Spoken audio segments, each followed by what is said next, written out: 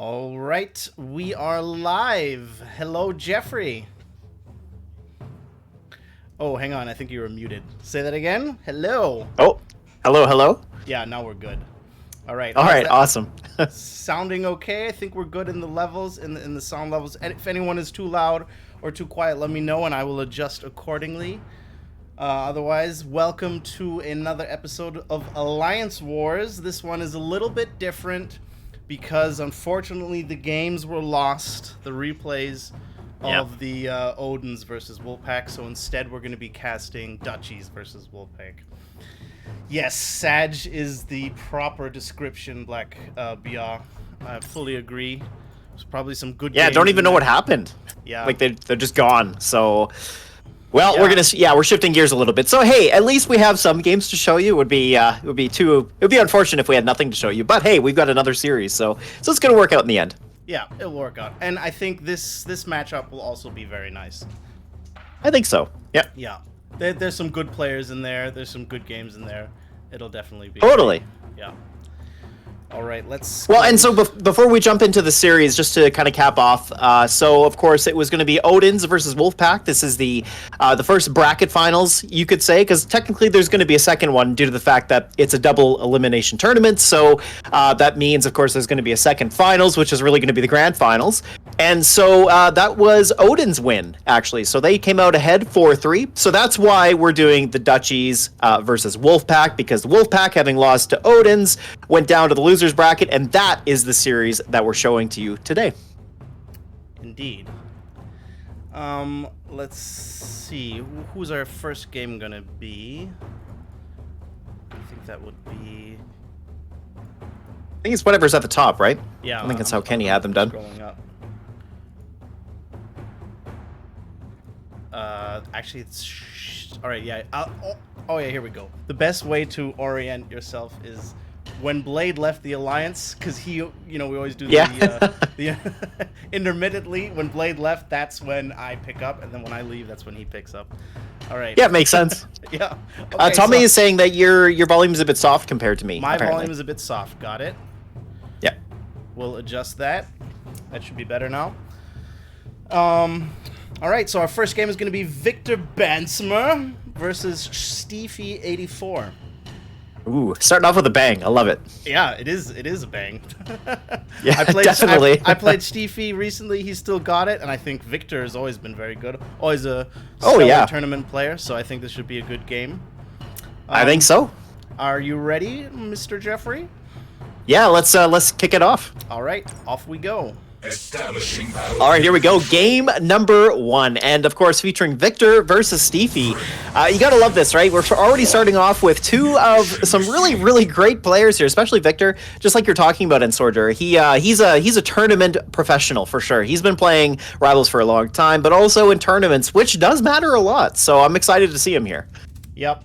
I'm seeing comfort decks here on Steepy, but Victor doesn't play that much anymore, so I don't really know what he's up to lately. I know that he used to always play Inferno, but there's no Inferno here. Not today. Yeah, Victor plays a lot of Inferno, but he's not decided to play that here, and both players choosing Seth, pretty interesting. Although I guess on a map like Cracked Ice, not too surprising. Just in terms of today's meta, you don't see Seth a whole heck of a lot. Yep. Steepy always playing laser drones, though. Laser drones and flames are like the two pillars of all of his deck choices, I have the feeling. I don't think I've ever seen him play anything else. At least not on No doubt, hey. Well, some players just love to use laser drones, right? It's it's a good unit for 20. It doesn't cost a lot. It flies, and it does some reasonable vehicle damage. Yeah, it's spammable, right? Like that's kind of the main thing. And not, I mean, it has bikes obviously, but not too much else that it spams likes to spam a lot of.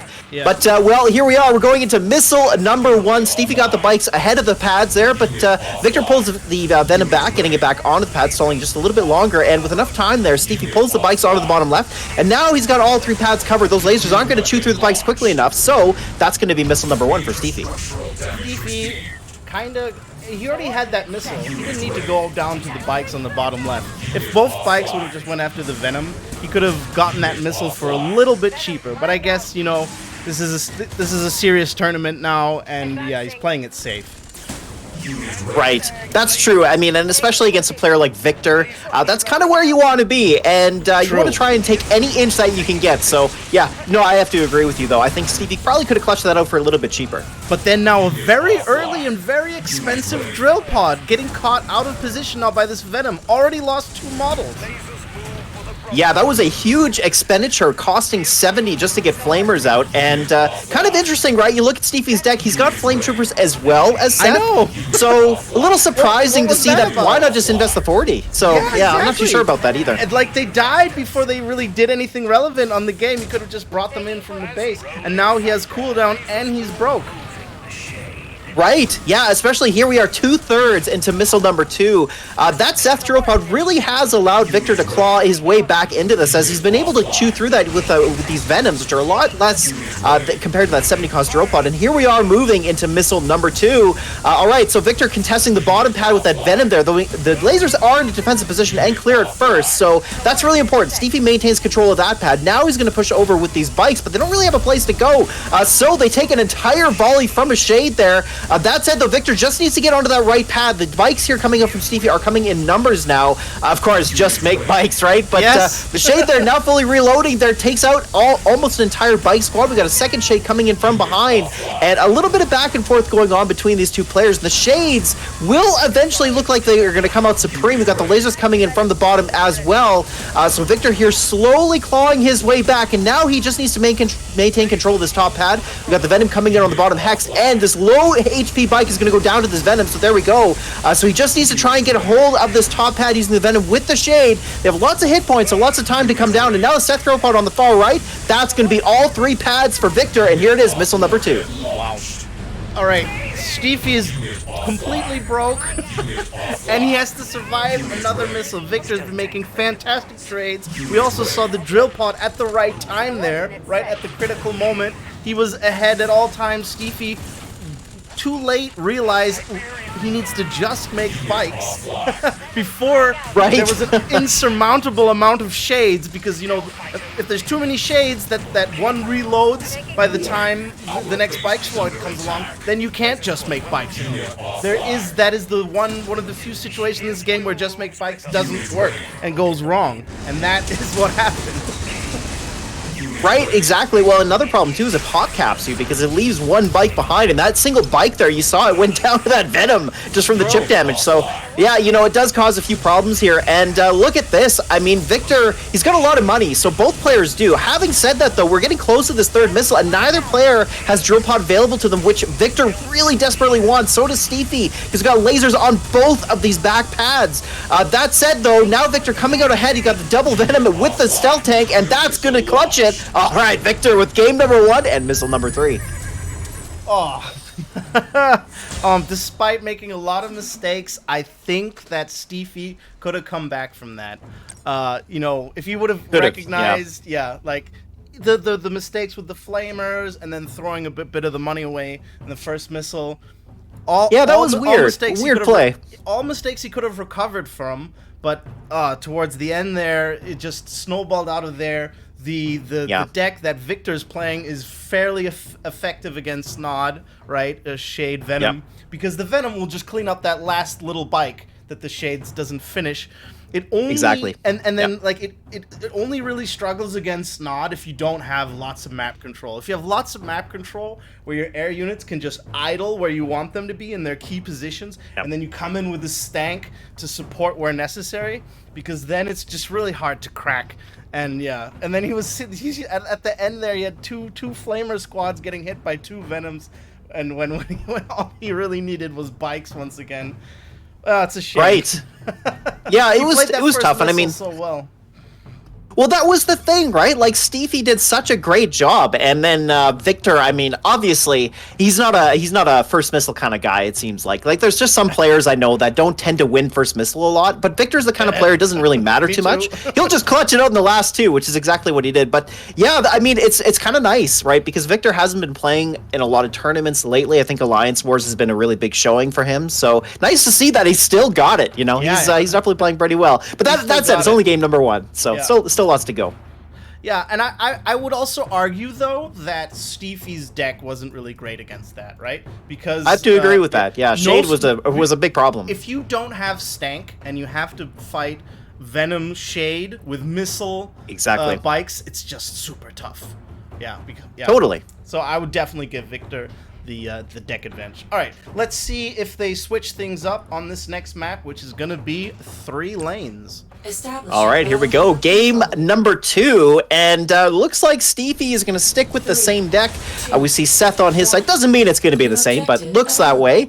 No, a little bit of a difference here. He's dropped the laser drones in favor of having Phantom. Good play there because, of course, Shade was a huge problem there, and putting in Phantom really shores up that weakness. That said, though, Victor has completely changed gears. He's playing a Solomon MG deck, which is really odd. I'm not sure what the idea is here, but okay, it is on 3 lanes, right? And MGs are quite good here, so that could be the reason why. All right, well, we'll have to see what kind of progress he makes with this deck. MG's not terrible here. Like, there are good spots for MG, but it's hard to get set up in the ideal spot. So yeah, I guess so. Yeah, because the 3 pads so far apart. For Victor, it's where the dogs are now, right? It's on the other side of the pond, and to get there is far. And maps where you have to walk far on MG are generally bad for MG. But you know, it's Victor, so it might happen. And he's not no-harving it, so there can be lots of attempts. Right. Yeah, the fact that he's playing this with the Harvester makes it a bit more challenging because the MG gains a lot of value from just having things in front of it. And that's where the extra pop cap makes a big difference. So playing with the Harvester generally tends to be worse here, but, you know, this is Victor, right? Like, this is a tournament, and, you know, this is in the upper bracket finals, lower bracket finals. So, of course, it really matters a lot. And look at this. I mean, we got Victor with the MG set up on the bottom right. That tank's going to chase the dogs, but that lone bike there gets crushed by the oncoming missiles, and, well, that's just going to be an easy missile number 1 for Victor. Yeah. I think he could have flanked it, though. He could have flanked the MG, because the MG's not in the ideal position. Just bring Flamer's top left. Flamer missile beats this deck so far. As long as he fights somewhere that is outside of MG cover range, he can laser flame beat this deck. What's sitting there. All right, Steepy pulling out the Seth drill pod. Victor might be caught with his pants down just a little bit here. Can he block the second set of flames? And he doesn't. Or sorry, he does, but it doesn't matter. That set of flames took him out.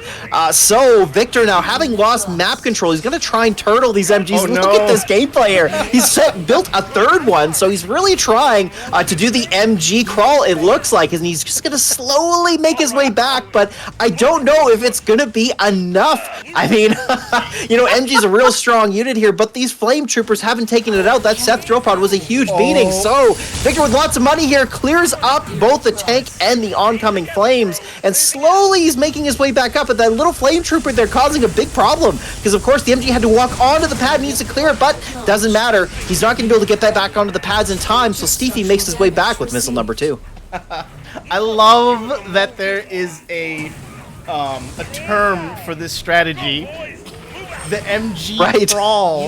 I think that is just so hilarious. It really is, though, right? I mean, that's kind of what you're doing, is you're just like one at a time, one in front of the other, you know? Exactly. And but yeah, kind of wild to see it here. Right MG forward.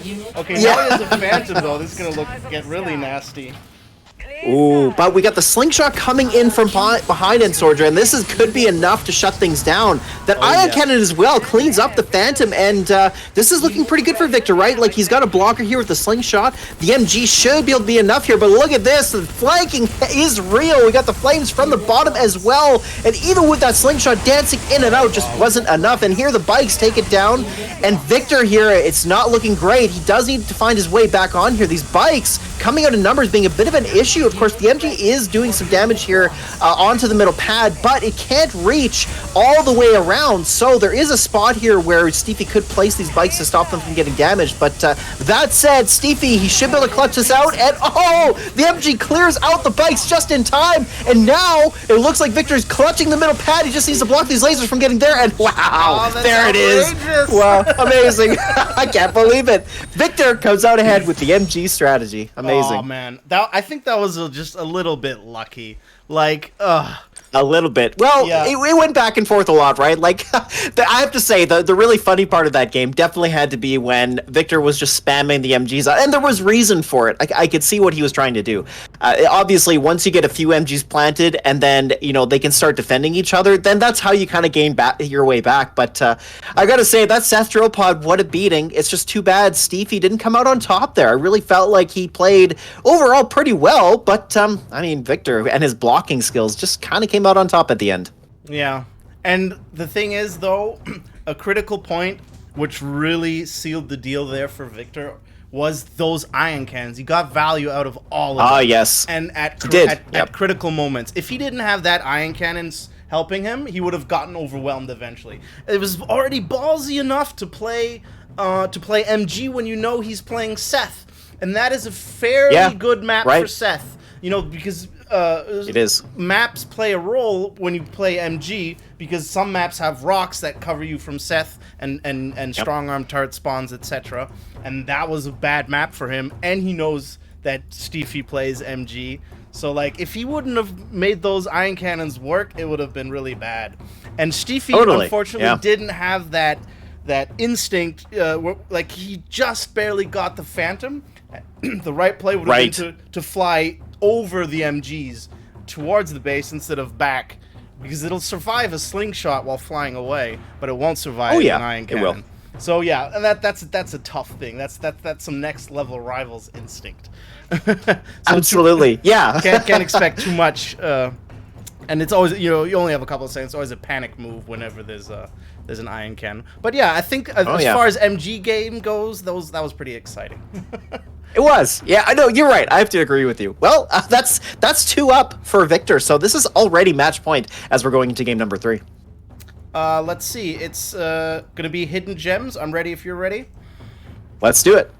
Establishing battlefield control. Okay, here we go. Game number 3, and we're already at match point for Victor. That said, though, even though it is 2-0 for Victor, I have to say it hasn't been that one-sided. Steepy here has been fighting really tough. Victor has just been coming out slightly ahead. So, but here, let's take a look at these decks. So Steepy here has decided to go with basically, the same thing that he played in the previous game. So it's a little surprising to see that. You'd think, you know, Steepy having dropped 2 games now, he might decide to switch up gears, but he's really going to try his best to make this work. Now Victor is going to play something a little bit more standard here, which is Sniper Predator. Typically, he shocks in the slot of the snipers, but snipers is a reasonable choice, especially on Hidden Gems. Hidden Gems is a really good 2-range map, so snipers here could work very well. And, you know, overall, I got to say, it looks like this is going to be another tough game for Steepy deck-wise. Yep, I think so too. Surprised he's not going with laser drones, I guess because he thinks it worked last time. It'll work here, but that's also, you know, to his favor, especially playing against GDI here. And yeah. We'll see. Okay. Let's see if there's going to be any Harvester kills. That's the thing about this map. The Harvester is nicely protected from ground, but poorly protected from air, and Victor is the one running air, but no heavy anti-armor, so I don't think there's going to be any Harvester kills. No, and especially not between these 2 players, right? Like, something you don't see a whole lot of when you start getting into the upper levels of the Rivals universe, you know, in terms of ranking of players. I would say you see a lot less Harvester pressure, but that's only partially because of the fact that the games get a little more even. When games are really one-sided and you've already won the pads, and then you just go over towards the Harvesters, that tends to happen too, but not when you get to this type of skill level, I think. The thing that makes this map unique for that, though, is if you get one ground unit at the enemy Harvester, it's locked in there and can only be attacked from behind. So it's really hard to defend unless you pull your Harvester back, at which point you're losing out on Tiberium. Well, look at that. Speaking of losing Tiberium, Steepy lost a Scorpion tank there. The Predator showing its prowess. And that's kind of one of the hallmarks of this matchup here between the Predator and the Scorpion, is that the Predator with its extra hit points can come out ahead. That said, though, Steepy does manage to clear it with a set of bikes coming in from behind, and now it just needs to defend against the dogs. And, well, there it is, missile number 1 for Steepy. Yeah, that was way too much damage on that Predator. The Predator needs to tank while the snipers clean up the threats to the Predator, and it just didn't have the health to do that there. Sometimes if you don't come ahead on time to get your unit composition, then you just got to concede the missile on it. Victor didn't do it. Ooh, we got a drill pod coming down from Steepy. Tried to snipe those snipers, but didn't quite get there, of course. Really nice movement from Victor to pull them back, putting the dogs in the way. Another Predator coming from behind, cleans up that Scorpion. We are only halfway on the second missile, so there's time on the clock here for Victor to fight back, and he's really got to try and use these snipers to shut down these flame troopers, as they've been dealing with those missiles all day long. So Victor backed up against a bit of a wall here, builds a tower to just get onto the pad to stall it for time. And that said, this Predator here not having a good target at all. These flame troopers just aren't going to go down anytime soon. So Victor, he spams out another talent, and it isn't going to make it into time. So there it is, missile number 2 for Steepy, and his first victory of the series as well. Crucial mistake there by Victor. He was making snipers. He was making snipers to deal with flames when the flamers were not a threat. When are flamers a threat? When they're protecting lasers. The only thing that Steepy had on the pad was flames and bikes. He had Predator and snipers, and then you could see how he was struggling to micro and block against the flamers. He should have just said, no, don't deal with that. You only need snipers when there's lasers. He should have just made Predators and then held those on the pad, and then use the Predator to block to bring in the snipers when the missiles inevitably come. But to have, that's another thing, the rival's eye. You gotta know, when do I need to build what? Because the natural thing to do is see unit on field, build counter, but that's not always the right play. Right.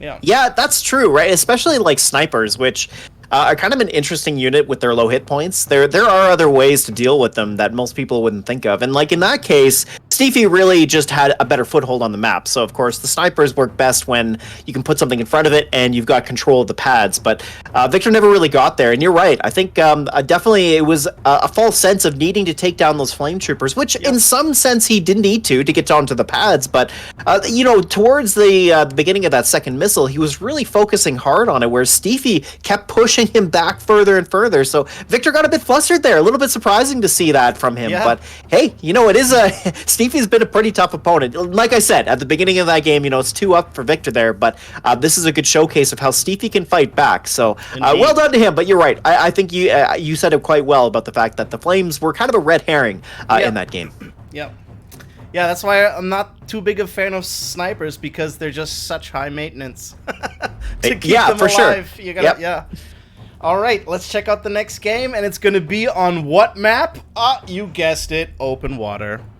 Of course, open water, the classic, right? And this is a loser pick, so Victor here, having lost that game, means that he's decided to pick open water, and, well, look at the deck that he's brought. No surprise here. This is actually a classic Victor deck from what I recall, the fact that he plays Venom instead of using Chem Buggy, which is an interesting choice. It does give you a couple of different outs, but, you know, it's a little unusual in the sense that the Inferno covers that role once it gets to that point. So exactly. I don't know. I don't know if the Venom is exactly the best tech choice, but that said, this is the deck that Victor plays a lot of. So clearly he's bringing his best to try and close this out, as we are 2-1 for him. And Steepy has decided to change it to GDI, totally different deck. And in fact, we've seen this deck before. It's kind of it seems to be a popular choice lately, but I don't personally see the reason why this would be the best GDI choice. I think the Predator Shock deck is probably the strongest, but, you know, hey, it could work. That said, Strong Arm on open water, I don't know. I'm not sure if that's going to be the call. Yeah, Strong Arm, open water, very situational, but the deck does look good against Victor here. Talon Pitbull will clean up everything. That's all he needs to win this. With those 2 units alone, drop everything else from the deck, it can be done. So, and then the rest of the units are situational support if he needs them. So I'm gonna bet on Steepy here.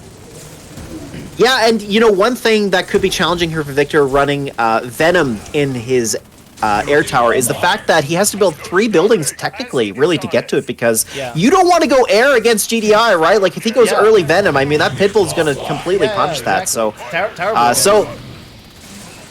so this could work out, right? Like Steepy might have a bit of an early game advantage, as we're seeing here, right? Like, so Victor here pulling out the bikes. The jump jet's doing a bit of work, though. These militants here are going to be what he needs to shut them down, but the shocks are coming out in numbers now. And here, so Victor is going into his Venom. This does mean Steepy is going to have to get into Pitbull here. This Venom, though, getting a bit of value, as we see with the boost as well, chewing up those shock troopers. So one squad goes down, and now the jump jet's not really having a good spot to go. The Venom here is going to contest both the shocks and the jump jets, and Steepy here trying to claw his way back in. He gets double Pitbull, though. That's going to be really good. He just needs to block that Militant, and nice movement there. You saw the Pitbull moving back and forth, stopping it from getting onto the pad. Of course, the Pitbulls would take a long time to take it down, so very good play there. Now he builds another set of jump jets without really having a target on the field, so it looked like he was just using their fast flying features to get onto the pads, stabbing him there, and now enough. The Venom, though, doing some real work there, chewing them up, and that is kind of an unfortunate loss for Steepy, as he's losing a bit of economy here. You look at the economy difference between these two, and Steepy is really a chapped for money here. He's really just not able to build any expensive units, can't get into his third building, so really going back and forth here, and these Pitbulls now doing some good work. As Victor here really trying to fight for the pads, though. You love to see this back and forth, especially from players like this.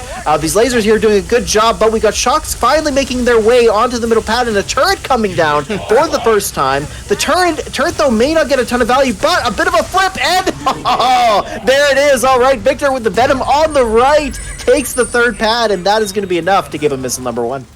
Oh, so many mistakes, so many expensive mistakes. Steepy started out with jump jet, shock, and then the Venom came in to commit to infantry like that against Nod. Man, you gotta be expecting a Chuggy or something, but the Venom proved just as deadly as a Chuggy. You know, that just really hurt him, and by that point, Victor was already in with 3 buildings, ready to pump out whatever he needs, and now he has everything. I mean, Talon can win it. If he switches into Talon and then follows it up with Pitbulls, maybe he'll realize that that's the proper unit composition here, but I think he's just too behind at this point. Ooh, look at that. Yeah, Steepy tried to respond with a couple of Talons there and nearly got at the Inferno, but that first Inferno Victor has made is still alive. Victor planting the lasers right in front of it. He knows exactly how to play this. He is a very well-played player when it comes to Inferno. He's played it a lot. And it's really showing here. You look at this positioning of the stealth tank with the lasers. Now, looks like the Talon's finally going to get a shot off, but really the lasers are going to hold that far right pad. So, there it is. Victor comes in 2-0 using the deck that he is known for and winning the series 3-1. Ouchies. That hurt.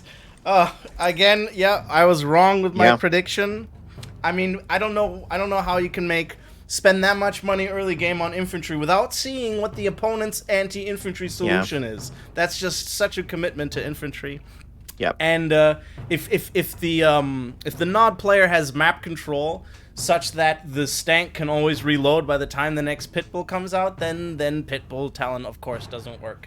So yeah, that did not go at all the way I thought it would. But yeah, I think that's more of a comfort deck for Victor than it was for Steepy. I don't think he plays that much anymore, I think so. Does he? Yeah. I don't know. Like I said, I've seen that deck played quite a bit by the Dutchies. It seems to be a deck that they pass around, or maybe they're just several players like the same deck, but yeah, I don't know if it is a comfort deck or not, or if it's just like a different GDI choice. Like, I love Strong Arm. I think Strong Arm is really great. I think Jump Jets are really good. It's just like you pointed out, I mean, the Venom was a big beating. Once the Venom came out, especially towards that first missile, it bought so much time for Victor. And for the Inferno player, that's really where you want to be. You want to be the one getting time on your side, and that really worked out well for Victor, because once the Inferno started to roll out, it was so hard, right? Like, the Talons were exactly what Steepy needed, but they came up short. Yeah. I'm surprised he didn't, experiment a little bit with that. Yeah, oh, well. Agreed. Our next game. Either way, Victor's tough player, so. Yeah, definitely. Victor, very tough player, of course. All things considered, right? You should stress that point. He did very well. Yeah. He gave Victor a run from his money. No easy games for sure. Exactly. Yeah, that is a tough thing to do. Absolutely. Victor plays tournaments, but Victor is very experienced with this game. All right, our next game is gonna be Boltfire versus Bulldog, and all right, it's gonna fantastic. be on Fertile Basin. All right, let's check it out. Okay, off we go. Establishing battlefield. All right, next series coming up is going to be Boltfire, and this is Bulldog, by the way. I guess his in-game name is War Dog, but to most people, he's known as Bulldog. And all right, we're here on Fertile Basin, and War Dog, or Bulldog, I should say. I'm going to get that mixed up a lot. Yeah, me too. So he's playing the classic. This is what we call the Serpas Chuggy Inferno deck. It is pretty much what most people consider to be the strongest meta deck out there. So a pretty wise choice there, especially on a 3 3-pad map like this. Now, Boltfire here has chosen a pretty interesting GDI deck. It's kind of like Reb Solomon, I guess, or maybe even very similar too. But yes, probably one key difference, of course, is the fact that we have Riflemen as well as Jump Jets, no missiles. So relying really heavily on Pitbull and Talon for dealing with that Inferno. And I guess an interesting choice as well, because Solomon on a 3-pad map, makes sense, right? Like you can potentially flip a pad. But other than that, I don't know. It's kind of like an overall weak GDI deck. I think it might fall short to this Inferno deck. It's hard to say. It's hard to say. No missiles, nothing cheap to shoot up. Jump Jets will kind of be negated by the Chuggy. If he plays it well, Talon Pitbull can deal with a lot of stuff here, but that that implies that you get the right exchanges and everything, and things always go either way. So I'm not making any predictions for this one. Yeah, what they call the caster's curse, right? Like you'll say, oh, it's going to go this way, and then it goes a completely different way. And as deterministic as Rivals is, there are so many elements of surprise that are baked into every single game that it's very difficult to say exactly how something's going to go. If one player dances better than the other and you just can't get the damage out, then it doesn't matter if you have the right units. That's right. Well, speaking of the right units, of course, Bulldog just make bikes. And, as the non player, that's where you want to be, but he does need to clear this dog on the bottom pad and doesn't do it in time. So, that's going to be missile number 1 for Boltfire. Yup, Jump Jets get everywhere fairly fast, not quite as fast as they used to, can't be blocked. And until the Chuggy's out to respond, they'll get him the first missile, but I think Bulldog/War Dogs will be able to recover from this, because these Jump Jets are going to be going down. And then the bikes and the Inferno. Let's see. That is where Bulldog can make his way back in, right? Is with this Chem Buggy, because you see there, the Chem Buggy getting some real work done against both the Jump Jets and the Riflemen. So, of course, the Chem Buggy here is an excellent counter. Costs 60, and the Jump Jets costing 40 means that their stats are such that the Chem Buggy just kind of poops all over them. So, I fully expect here that Bulldog can make his way back in using it. Oh, but it's almost dead. It's one hit. The Jump Jets don't really have anything to fear right now. He can take this missile. Ooh, look at this. So Boltfire here taking the top pad and the left pad. Bulldog here trying to take the bottom right, but those Jump Jets are going to hold on for just long enough, and the Chem Buggy on the middle pad, low hit points as it was, goes down very quickly, and well, there it is. Boltfire with missile number 2 and the first game. That was just done so quickly. It was just like, first missile? Oh yeah, okay. Chuggy can't get there. I understand. And then, what? Second missile? Done. Wow. That was all about timing. Yeah, the timing was there. The missiles was barely stalled. And, Exactly. And then a little bit of pop cap, add in a splash of the natural pop cap there, and then you have yourself a game. Yeah, that's right. Yeah, that's really what it was. A very clean victory for Boltfire, and really just came down to who played the pads a little bit better. So it's just super straightforward. Not much more to say than that. Yeah, exactly. I usually always have tons of stuff to say about these games, but that was just, all right, done. Yep, very clean cut. All right, on to game number 2. Peaks and Valleys. All right, here we go. So Boltfire getting that first victory, feeling pretty good about herself. We are here on Peaks and Valleys, kind of a similar map to Fertile Basin. Of course, the key difference is the missile silo not being in the center of the map, so you have much more open central area. But taking a look at these decks, we see change from both players. So Boltfire playing Suzaku APC, and then Bulldog here playing Mutant Chuggy. Oh yeah. Oh, sorry, I thought I had clicked pause. Mutant Chug, yeah. And then I think though, with Strong Arm on this map, Strong Arm offering that key support at the right moments, very good Strong Arm map. And then, agreed. Yeah, I think that'll take care of Mutants, because Mutants is the only really scary thing here for Boltfire.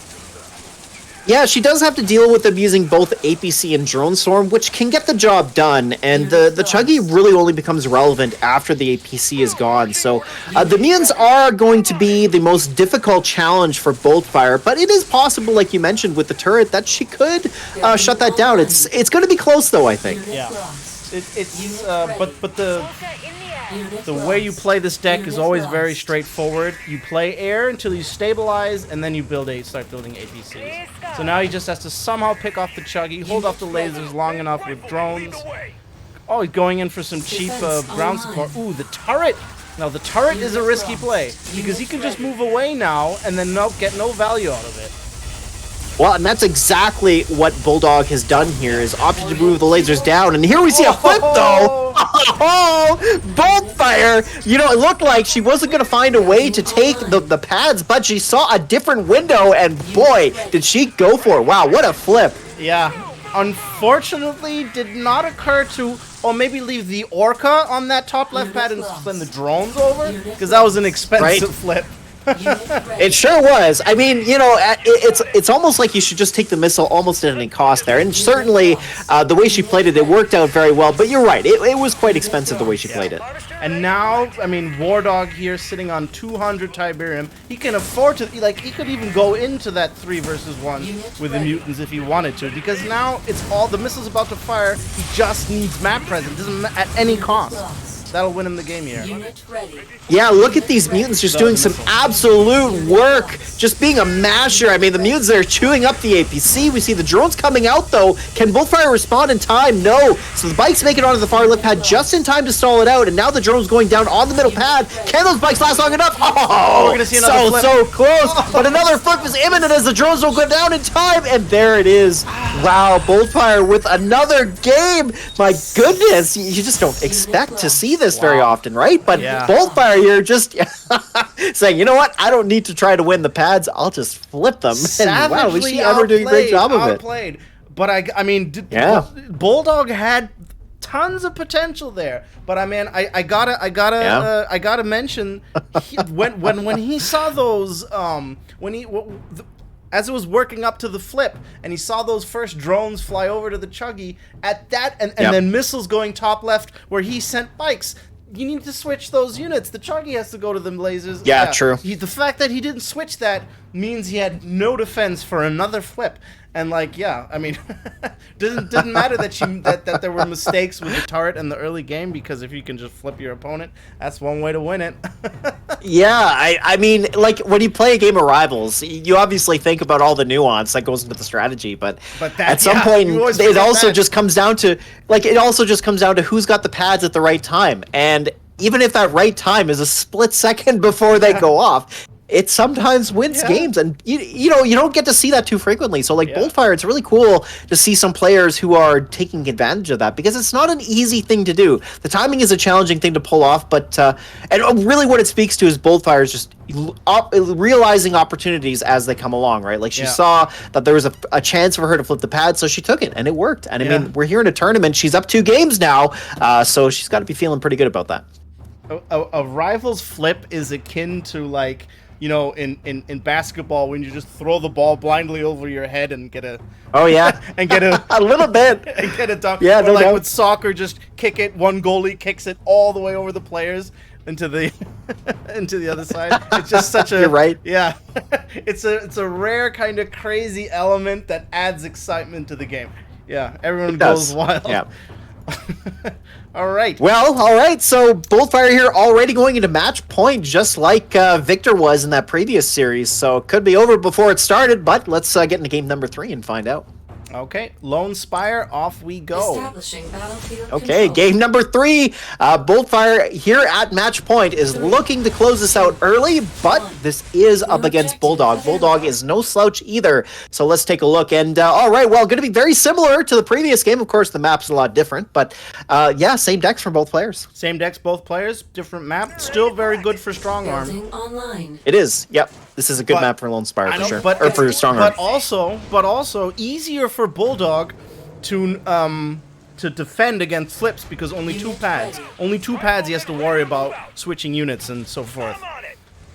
Right, and he does have the pads are closer together. They're only separated by 1 hex. So as far as putting units back and forth, it's a little bit easier on this map for sure. Right. Building online.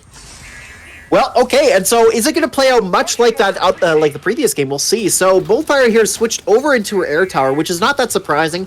Against Nod, the drone swarms and the orcas are very good. So here Boltfire switching drones makes perfect sense. But here Bulldog is now pulling out the bikes. Of course, the best unit that is pretty much available to him in his deck. So now we see a bit of that unit swapping going on here. Of course, the pads being closer together facilitates this. So we see the militants going down to the bottom. We've got the bikes coming up on the far right there, and the missiles going down. But nice doubling up of the bikes there, clearing the drone swarms in one single volley. Very important, as we saw timing played a big role in how that first game played out. So now Bulldog, realizing that, is now playing the pads just slightly better, and here we get a block against the militants, or sorry, the riflemen, and There it is. All right. Yeah. Bulldog with missile number 1.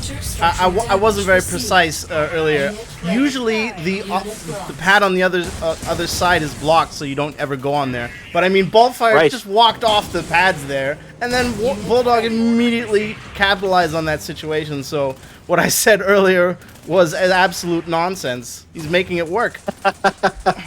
Yeah, no, yeah, right. Like, well, that's the thing. You say, like, you know, this is the way this game's gonna go, and of course, that probably sounds correct in the simulation, but well, these are humans playing the game, so of course, you never really know. I wonder what a good AI would be like in Rivals. That ought to be interesting. Oh. That would be really cool, like a tool assisted sort of thing, and or see like what optimal Rivals looks like. Yeah, like open AI playing perfectly or something like that.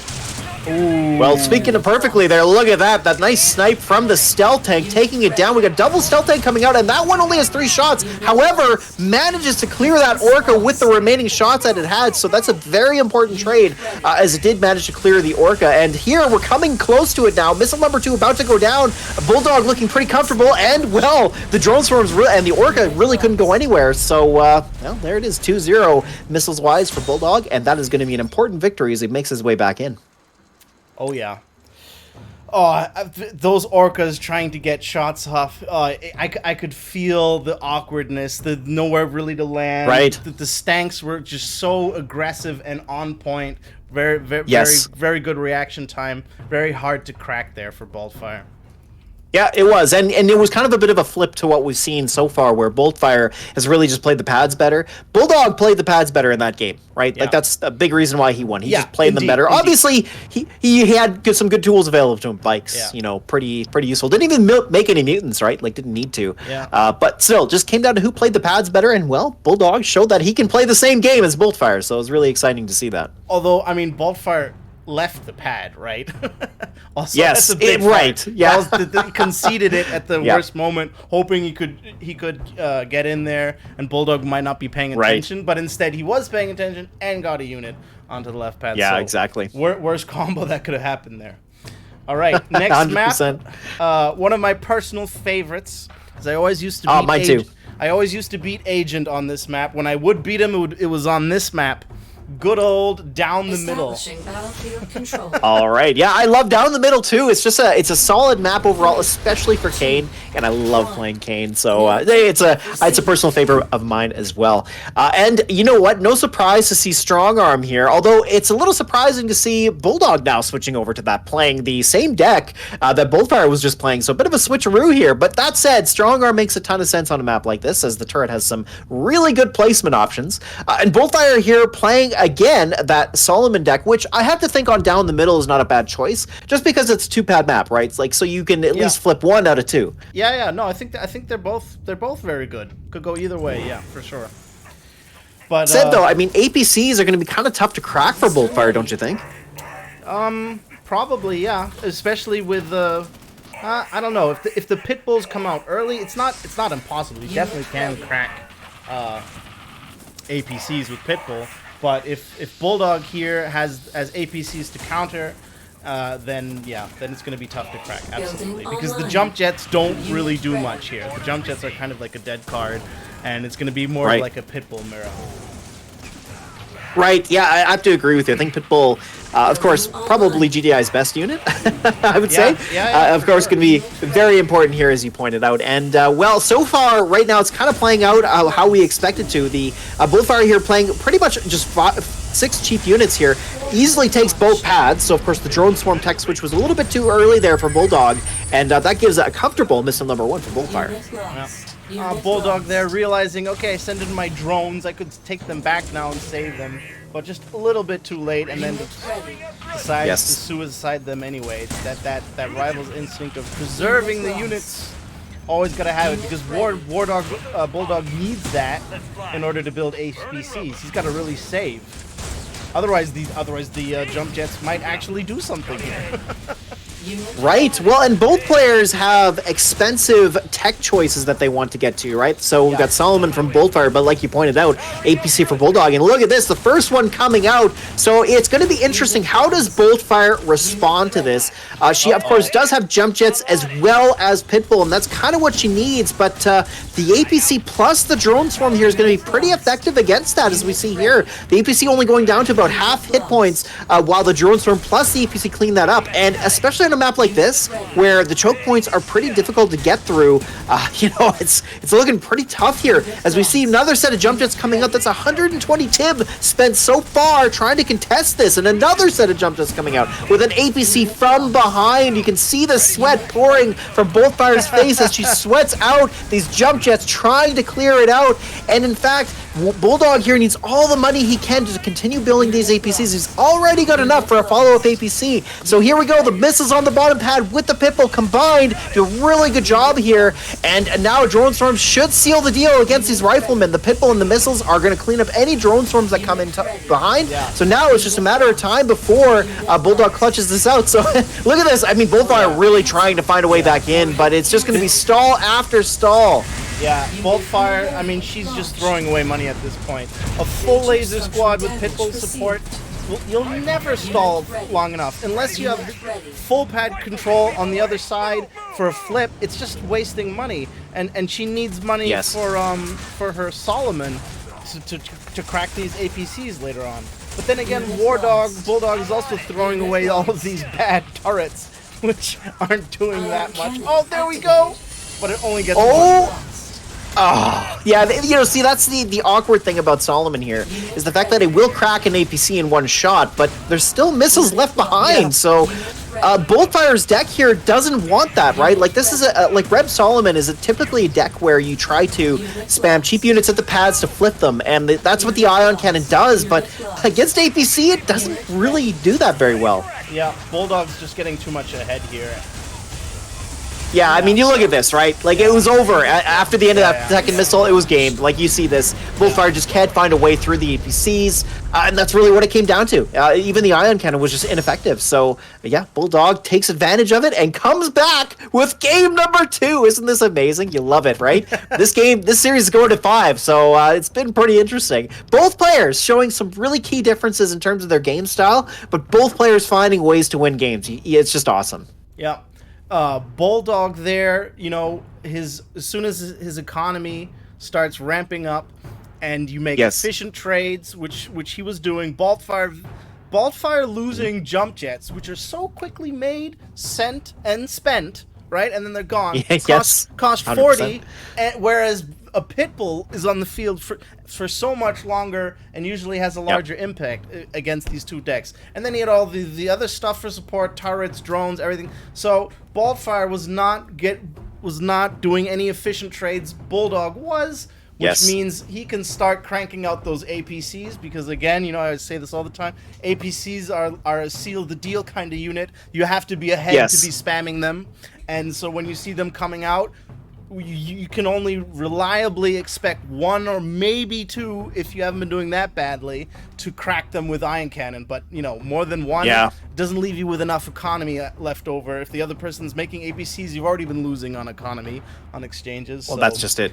There you go. Yep. Yeah. No, exactly. Like, there just wasn't enough money in the world to beat all those APCs. Yeah. Bulldog must have made like 6 or 7 or 8 APCs. Like, that's tough. You know, there were just too many of them. So, well, all right. Well, that brings us to game number 5. I'm excited. We're going to have to see what they decide to bring. Like, because that was Boltfire's loss. So, of course, Boltfire has map choice here. And we're going to move on to Rorschach. But, it all comes down to the decks here. So, let's take a look. German map. And I love that map name. It's great. I happen to like this map a lot. But I also like maps that have the pads together.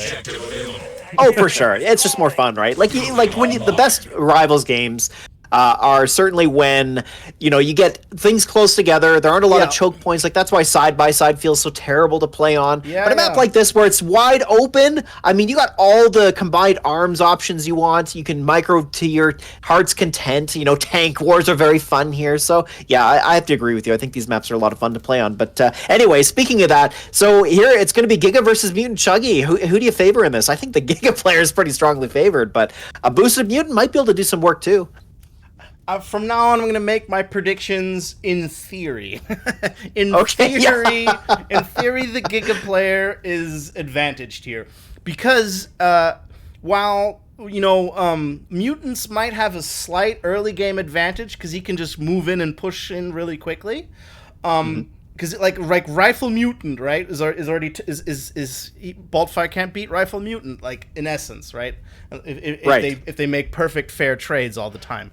And then so the Giga is going to back up, and then while he's still weak, you boost in the Mutants, done. However, if Boltfire comes out with multiple Gigas, true. Stacking Gigas is the best win condition here for her. Yeah, so makes a lot of sense. Yeah, if she gets to that, then it's going to be over for War Dog. But as the way these games go, you never know. Well, and so much of it comes down to that, right? Like, just realizing the win condition, and it's so hard to do that. I think that's one of the things that separates the best from the rest is just that ability or just that inclination to know. I see that this is going to win me the game, so I'll just do more of this. Exactly. Because as the game progresses, if you have not seen a counter to your deck, then you are likely not to see that counter at all, and then people just don't get that. Ooh, all right, here we are coming down to missile number 1 of this exciting series. Who's going to take it? We got Bulldog coming out with the bikes, realizing that likely the next unit was going to be Chembuggy, but drops the pad instead. Very unfortunate move there with the bikes. Didn't get onto the far left pad in time either, so Boltfire comes out ahead with missile number 1. Yeah, that's really... I mean, okay, now the Giga, it could still go either way, but this is exactly the way Bulldog has to play it. Now he just needs mutants, to really clean up, because bikes are not gonna even scratch the Giga's paint job here. Yeah, that's exactly right. Like, look at this Giga. The first one's come out, and Boltfire is a pretty smart player, so she knows to defend it very well. She does see the mutants, so she knows that she's going to have to deal with that. And look at that. Gets the preemptive boost as well. Here it comes, and with the boost on top of it, with the Chembuggy moving in and out, taking less shots as well as moving the militants, and very good play there from Boltfire.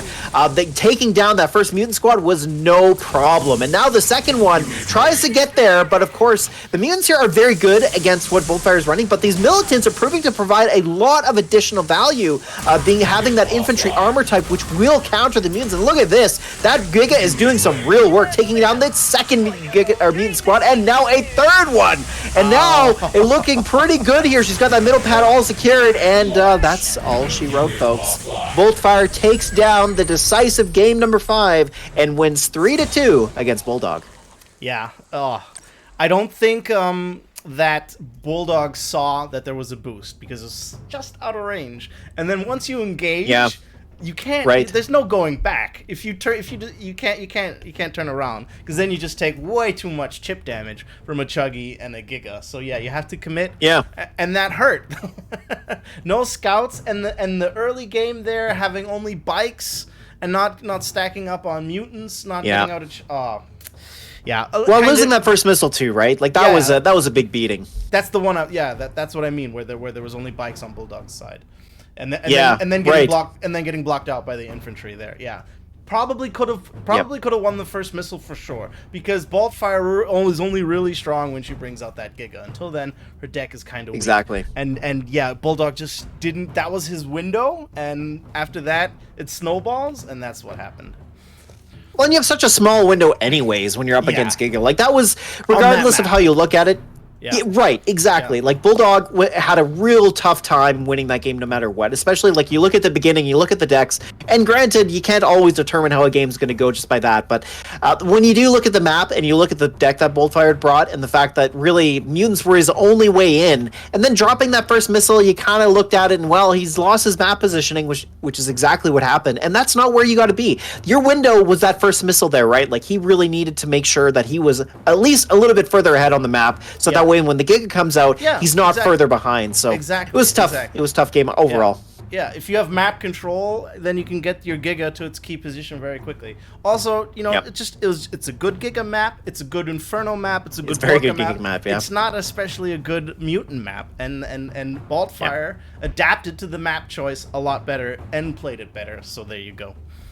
Exactly. Yeah, 100%. All right. Well, let's move on to the next series. All right, it's gonna be Orbit Ares versus Flutchfinger.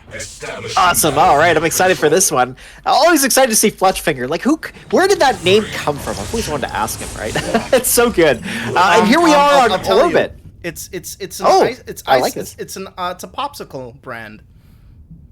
Oh, really? Okay. Yeah. Right on. In Germany. That's great. I love it. You know, popsicles are excellent, so I can get behind that. He beat me the other day on ladder. Can you believe it? He's pretty good. Yeah, no, Flutchfinger is no slouch. I expect great things. Let's see. Tank Venom and Flamer Tank Laser Drone. This is the Steepy deck, is it not? I believe it is. I was just going to say, I think Steepy used this exact same deck with Seth and the whole package. So the only difference was, of course, he did switch out Phantom later on because Victor had been playing, playing Shades, actually. Yeah. So, but Kane on Orbit, what do you think of that? It's good at the bottom if they fight at the bottom, right? It's especially good. But like my analysis says, I don't see a clear winner. You know, it can go either way. Both decks. I think the laser drones are good. Both decks have solutions to each other's units. So you know, could be a tank war. I don't know. I can't say. What do you think? Right. Well, I mean, the Kane Tower could be good, like you said, as long as it's positioned toward the bottom of the map where it can at least cover the two pads. That said, I suppose its main target will be these tanks, and this is kind of where Ares needs to be, right? Like, he needs to win the tank war, because, like you pointed out, the decks are close enough that really there isn't going to be a great difference in terms of hard countering each other. It's just going to come down to who really comes out ahead, who plays the pads a little bit better, and we see Ares doing a little bit better of a job here. He's got all three covered. The Flame Troopers on the left are getting taken down by the Venom, but they have enough hit points that they'll last. So there it is. Missile number 1 for Ares. Yep. Well played there. Nothing else to say about it. Had the right units on the right spots. They both have air, so you know neither player can really flip each other with that. There's no surprises really. It's just about who, I guess, who micros, who handles it better. Well, these maps are difficult to play on as well. Like I noticed, especially over the progression of Alliance Wars, that there's a real difference between players who play maps like this and then players who prefer to play on close together maps. So there aren't too many that actually are very, very good on a map like this, and I'm always impressed to see players who decide to play maps like this. Flutchfinger looks like he might be coming back here. He has the tanks and he has the Venoms ready to kill everything. I don't know, I think things are looking still mighty blue, but the Ares doesn't have anything quick to move over except bikes. I think this one's gonna turn. Oh, the Venom goes down bottom left. Okay. Oh, that single bike MVP so far does clutch out that Venom. So, but a second one coming in from behind here. The second bike, though, pop capping Ares just a little bit, might be a bit of a problem here as Fletch does clear pretty quickly. He does have that left pad pretty held down quite well. And now a tower coming out, though, but it really doesn't have a lot of good targets here. We'll shoot down the bikes, install the pad. So, and never mind, hold on a minute. We see the bikes go up to the top pad. The Venom plus the bikes, though, are going to be enough to hold on against that. And he does back off the Venom. Very good play there. As he does need to hold the pads and try to stall things out as he moves another Venom onto the far right. The lasers will not be able to clear it in time, and timing works out very well for Flutchfinger, and he makes his way back in with missile number 2. Yeah, both players still in fairly good position here. Similar economies, right? All that advantage that Flutchfinger bought himself was thrown into the cane, sealed the missile, and now it's just back to zero, back to square one, where we're just gonna see, who micros better, who makes the better exchange.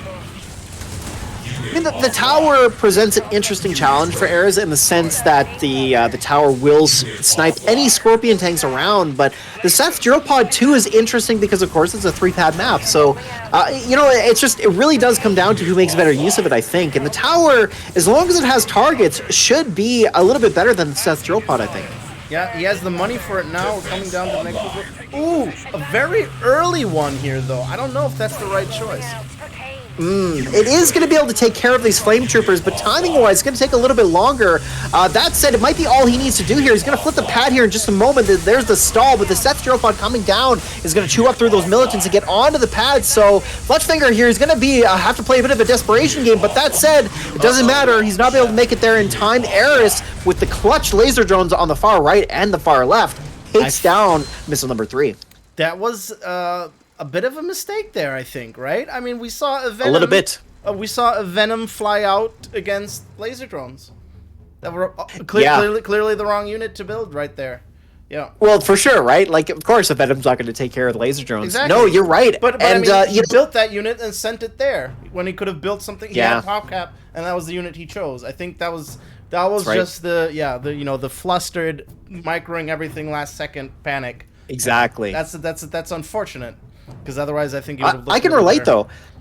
It's a tough map to play on. I think, like, it's one of those maps where, like, you really should know how to play it because it's such a good tool to have playing on that map because you can throw people off. But, like, I can relate to Fletchfinger having a bit of desperation at the end there because I know for myself that's kind of what it turns into. Like, the 3 pads are so far apart that you're like, crap, like, what do? I got to get something to a pad. So you just spam out whatever moves the quickest, not necessarily being the best choice. I mean, bikes, of course, would have probably helped him out a little bit more over the Venom. But at the same time, you're just like, I need to get something to the pads, right? And that's kind of a sign of somebody who hasn't really played that map or that style of map enough.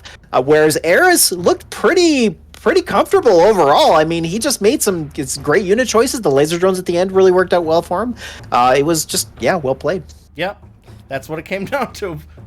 The better player there. Yeah, it was. They were fairly matched. It was a good game. It was. Yeah. All right. The next one will be Broken Mesa. Let's check it out. Establishing battlefield. All right, game number 2.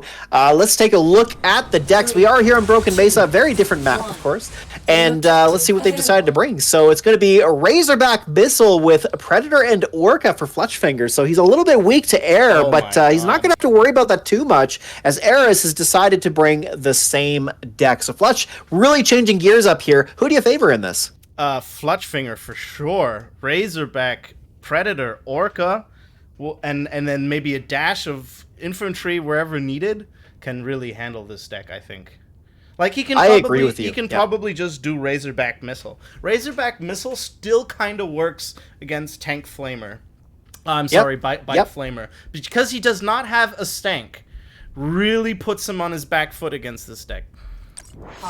Yeah, this is kind of like what we saw with Steepy versus Victor, where Fletchfinger has some really good air options here, and Ares is weak because he doesn't have Phantom or Stealth Tank, like you pointed out. And with either one of those, Ares would have a much easier time dealing with them. But I have to agree with you. I think Fletch has the deck advantage. Yeah.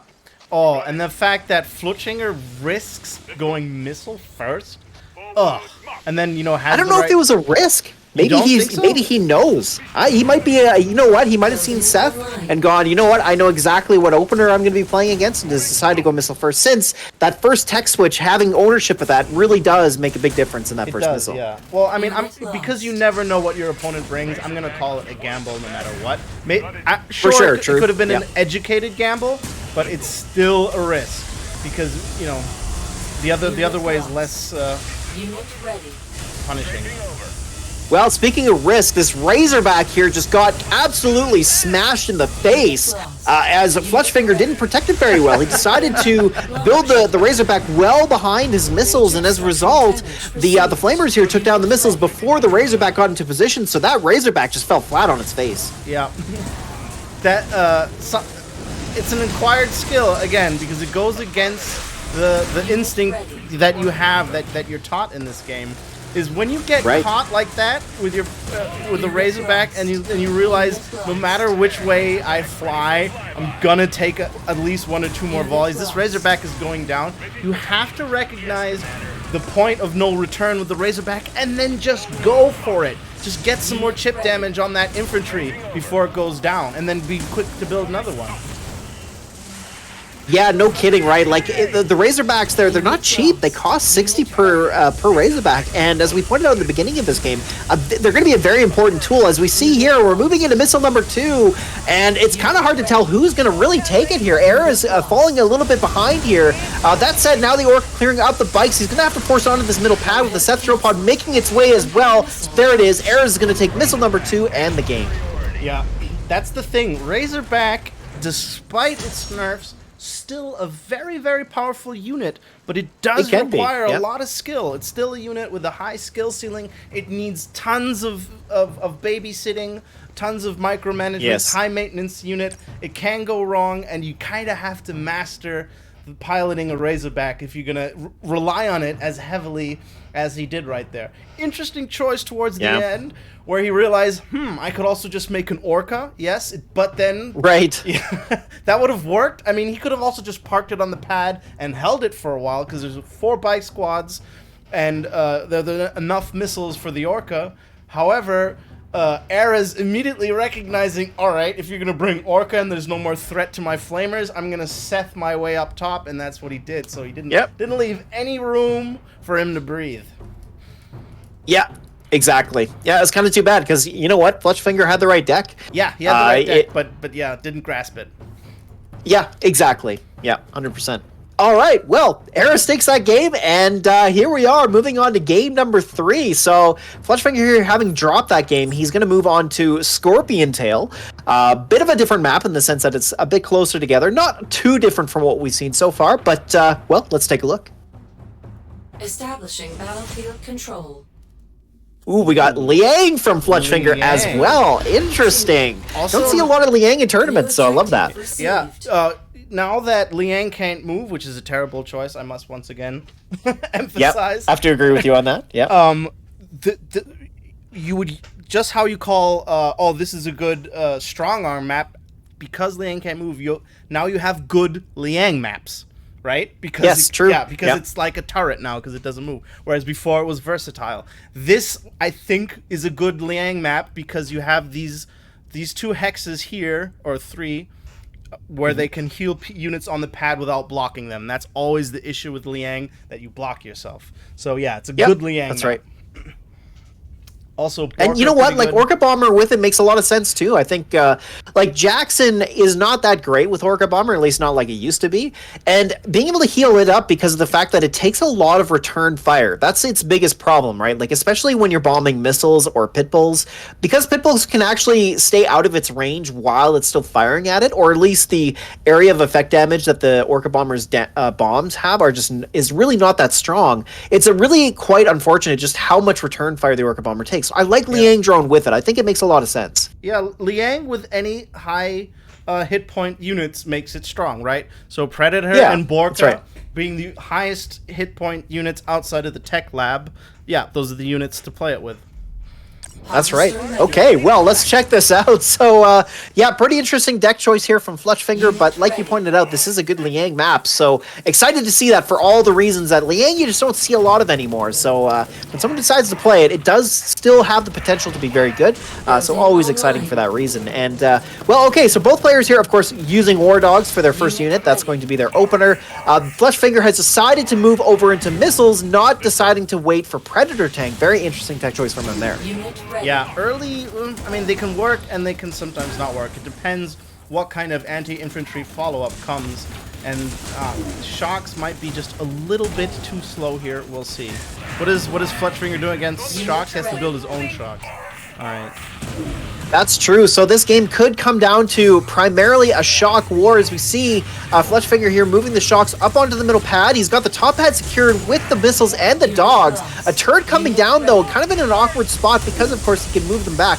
That said, though, he needs to clear this pit bull, so finally does with one more shot, and now Air is moving the dogs in position of the shocks. Very good positioning there, as of course Fletchfinger could have made his way onto the pad, but Eris managed to stop that from happening. So now we see him moving up onto the top pad with his own shocks. He does get his own into position, but doesn't have Jackson boost to try and win the defender's advantage. So they are going to win that. Eris might be able to push onto the pads here. The missiles don't get the block either, so Fletchfinger here is going to drop this first missile. But hold on a minute, never mind. We see there that the shocks do go down just in the nick of time, and Fletchfinger here slowly trying to make his way back in. Eris really pushing with his own shocks though, but gets the block with that lone missile trooper. Then a turret coming down as well, but it's not going to be enough. The Predator tank here does get a shot off against it, but Fletchfinger here is going to be able to stop with his shocks on the top pad. That said though, these dogs here, I mean, look at that. They're not going to go down anytime soon, but again, a nice miss block there from Eris allows him on, and Fletchfinger here starting to stall his way back into this game, and this is a real good characterization of the skill level between these two players, as it's really gone back and forth, and it isn't really easy to see who's going to take this first missile. It has really been a tug of war between both of them, but finally we see a little bit of reprieve here. The missiles aren't going to be able to get on that top pad, so there it is. Eris comes out with missile number 1. Major structural damage A key aspect between these two decks is that Unit ready. dogs are paying for Fletchfinger, because when both players play missile shock, the dogs are an asset, and the only way to get rid of the dogs efficiently here without, you know, taking damage back from enemy shocks is Predator, and Predator's too slow. Predator shoots so slowly that it doesn't deal with the shocks fast enough, such that Eris starts ending up ahead with missiles left over, winning the infantry war, and then it'll just kill the Predator tank, which is always very expensive anyway. Unit lost. Yeah, speaking of that, this Hammerhead comes out and does some real work. Fletchfinger here loses his Orca Bomber to it.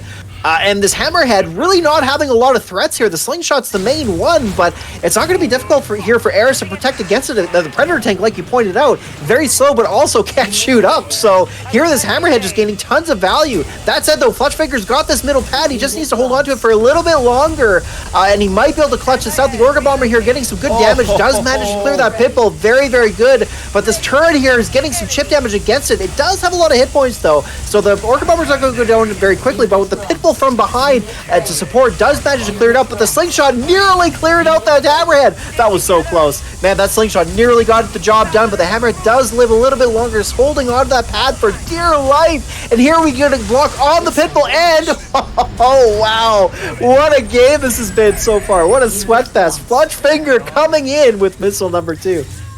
Wow, that was absolutely all over the place. I was like, move the Predator tank, move the Predator tank, you know, move it one up so that it can kill the turret's defend or something. But at the end of that missile, didn't even need to, still won it, and is now way ahead in economy. Eris here sitting on 30-40 tib. Fletchfinger has big fat units on the field. Almost full health Borka, Predator roaming around. He could go for Harv kills if he wanted to, but no, objective gaming. He has learned from the best. I gotta say, I'm a little surprised that we haven't seen a Liang drone come down yet. Yeah, that's true. Why not, right? Maybe. Yeah, like heal up that Predator, heal up the Borka. You know, I'll tell you why. Bloodlust, son. All right, never mind. I scratched that. Well, and there it is. So the first drone comes down, gets a little bit of healing value there. Really not too much, especially not compared to the same value that Eris here has been getting out of his turret. So here we are coming down to the final missile, and well, we see a bit of a desperation going on. The Predator coming in from behind, clearing up that Harvester, gets a shot off of the Pitbull. Very important there, as now the second Orca Bomber coming in from behind clears up the middle pad, and that is going to be missile number 3 for Fletchfinger. Ooh, little tiny attempt to, you know, win it while reloading there, but it was real close, right? Like the timing of the Orca Bomber dropping its bombs on the top pad, but the Predator as well. Like that Predator was one shot away from going down from the Pitbull, but it manages to snipe the Pitbull. And I don't know, I have to rewatch it, but I don't know if the Pitbull was reloaded or if like did Fletchfinger retarget against it or didn't. I'm not too sure, but it was very, very close. It was. But I mean, if you're in a position of Borka spamming, you're fairly comfortable there. So yeah, true enough. Yeah. Very But true. there were so many possibilities to lose it, despite that huge lead. With the 1 HP Predator coming back from the Harvester, the Borka being reloading against the Pitbull. So yeah, if he wouldn't have been on his feet, on his toes, I'm sorry, he could have still lost that one. Yep. Absolutely. All right. And Kenny here is prompting me to talk about the subs. So for those of you watching this, so of course Alliance Wars is a team-based format, and there is a rule where substitutes are allowed. So every week when you post your lineups for the players that you're going to put in for the week, you have the option of substituting somebody out just for two reasons. One is really for the fact that somebody might not be available. So, of course, you can sub in for that purpose. But also, it's being used in a strategic sense where people see the lineups and then they might sub somebody out in place of someone else to try and maybe fabricate a win in their favor. And that happened in this series. Well, we do, right? Like, and I guess the conversation about it really stems around, like, how do you get around the fact that you need to allow subs to make sure that matches are played? It's a necessary evil. Yeah, and so I'm not a fan of it. I don't think anybody on the team is really a fan of it. I know for a fact that people have voiced their opinions about it in the negative sense quite a bit, so not a love for it. But it is something that exists and something that happens. So in this series it did, and if I remember correctly, it was Maximus who got subbed in, and then it was Serpas, or no, not Serpas, it was Silly Hilly, I believe. Was it? Hold on, let me just double check the names here. I've got the matchups right in front of me. So it was, I think it was Paplagon, actually. Was it not? I actually can't quite remember here. But either way, Maximus did get subbed in on the Dutchies side, which is pretty interesting. It was quite interesting to see the sub rule get used. And yeah, anyway, so Kenny wanted me to mention that and just a little bit of information about how that worked out. Thank you very much. All right, let's check out that next game. Flutchfinger Arras on the Needle. Before we move Let's check it out. Establishing battlefield control. All right, here we go. And so, again, match point here. Potentially, Ares could take this. We'll take a look. Flutchfinger, though, been looking pretty strong, too. Very evenly matched players here. This is just the kind of stuff you want to see, is when you get to this point in the tournament, you really start to get a lot more even in the skill level matchups. So, well, Ares here has brought Strong Arm once again. Here on the Needle, it's got some good placements, though, doesn't it, Ensorger? It does, yeah. Are there any differences in the deck? I don't see any. I don't think so. I want to say no. They do look to... Well, I know for sure Flutchfinger here is playing the exact same deck, playing Liang, which, again, does have some decent spots for it. That said, though, Ares really got a lot more use out of a Strong Arm turret than Flutchfinger did out of his Liang drones. So, a little surprised to see that they're playing the same things. But, well, hey, could be comfort decks or who knows. Yeah. I mean, it was close enough that it could still go either way, but I'm gonna put my money on Flutchfinger. Although I always make a mistake in doing that because you can never say. Yeah, I think it's just because of the missile in the middle. I think the Borka will not work out quite as well. Unit ready. And that true enough. That could be a problem. Yeah. But not the fact that it has to fly around and it can't get like a good spot to bomb and deny area, right? That's what it does very well. You could be right. And the side effect of that is also cover for the sling, right? Right, exactly. So that might, well, speaking of commander powers, here comes the first turret from Ares, and it's in a really good spot. That's kind of its best position to put it there. That said, a little bit early, right? Like, we're only a third into this missile, so I'm not sure if that was premature or not. Yeah. Probably premature. Like, it's nothing going on. There's still lots of potential to do something else there. I don't know what Flutchfinger's strategy here is, because dogs just don't have the DPS. It is Borka. Okay. Right, so here he was saving up for the Orca Bomber, the first one coming out here. Not really getting a lot of value here. He's already dropped its entire load and only done chip damage to basically 3 different units. So Ares here didn't really lose anything, and as a result, there he gets the first missile. Yeah, that's the thing. There you go. That's this map. The Borka can go wrong. Right? Exactly. Yeah, happened. like it just didn't really do much at all. Like the problem is, like Inferno has at least clears things. When it drops its bomb, it's likely one-shotting something, but the Orca Bomber doesn't really do that. But it's also kind of the player's fault. Like, because Yes, true. you're expecting to get multiple hits out of your Borka, lots of value, more than just like no one ever follows only one unit, or very rarely. They try to fly all over the place and clean everything up, and then you get too greedy, and then you get nothing down all the way, and then you still lose the missile. Yeah, exactly.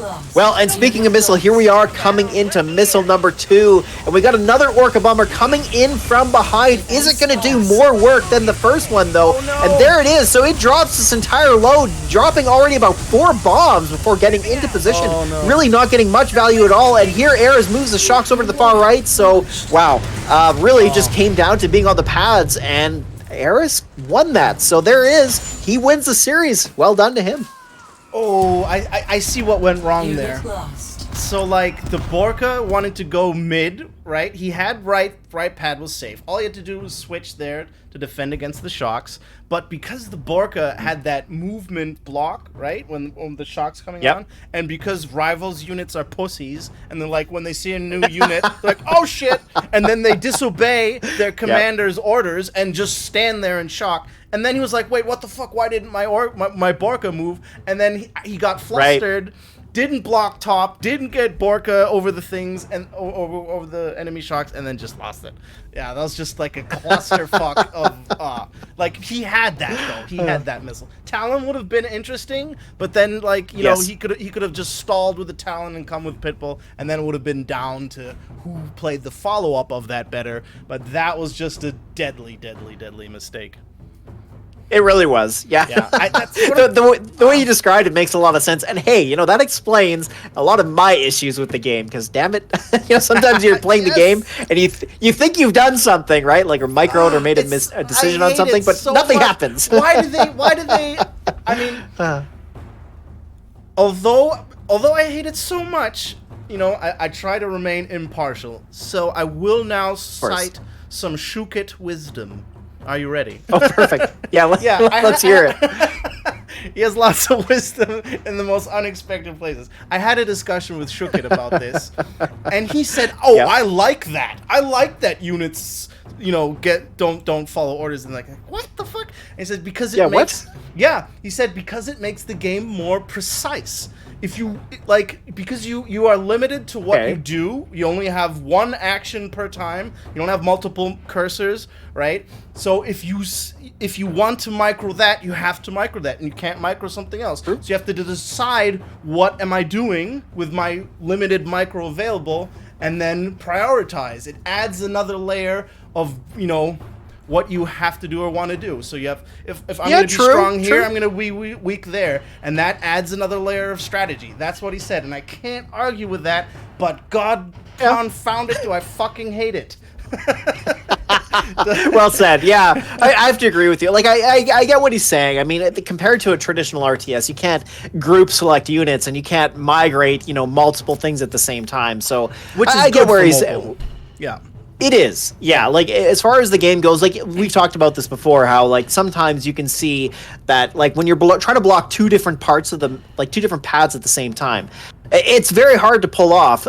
Partially because of that reason. Well, actually, mainly because of that reason, because you can only control one unit at a time. So it's kind of like people multitasking in a sense. Like you don't really multitask. You're just jumping from one thing to the other very quickly. And it's the same thing in Rivals. Like you only have control over one unit at a time, so you have to constantly swap back and forth, which does make for some really interesting games. Like that's why blocking is such an important skill. Yeah. The flip side of that argument is, if you do have a mouse and you do have control groups like a traditional RTS, then that's another layer of micro that you could then a skilled player could deal with. But for mobile, I think it's probably the better choice. But yeah, it's often unexpected, especially when so much is going on and you don't expect an incoming unit and it's just frustrating. I think I would wager it's too frustrating to leave in the game, but that's just me. Well, Yeah. Yeah, let's get on to the next one. So here we're going to be featuring Serpas versus Dennis. Yes. And so Serpas here got subbed in for Dennis, which when you're subbing, like the discussion aside about whether subbing's a good thing or not, putting that to bed, when you think about it, when you do have your sub, what you should do is sub in your best player. So Serpas is arguably their best player here. So having him sub in a location where you might have had a loss before, turning that over to a win is really the best way to use the sub. So kind of exciting to see that here. And we'll see. Does that play out to the way they wanted to? Let's see. First game, Orbit. Off we go. All right, here we are. Serpas versus Dennis V. Hemmert. Here, of course, we're featuring Wolfpack versus the Dutchies. And again, we're here on Orbit, which pretty interesting map choice. Of course, this wasn't a choice by either player. This is part of the lineup.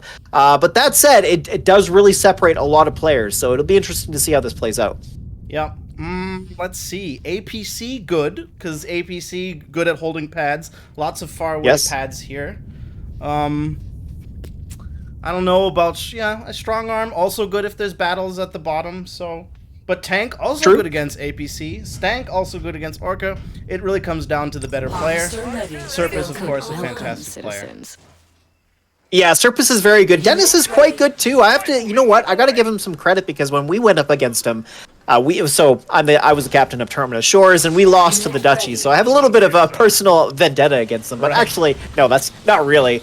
But you know what? I have to give Dennis a lot of credit. I underestimated him a little bit as a player, and I think part of that is because I've seen his performance in RTL over the previous seasons. But I think he's really elevated his game, especially as of late. So yeah, I expect to see a pretty competitive game from him here.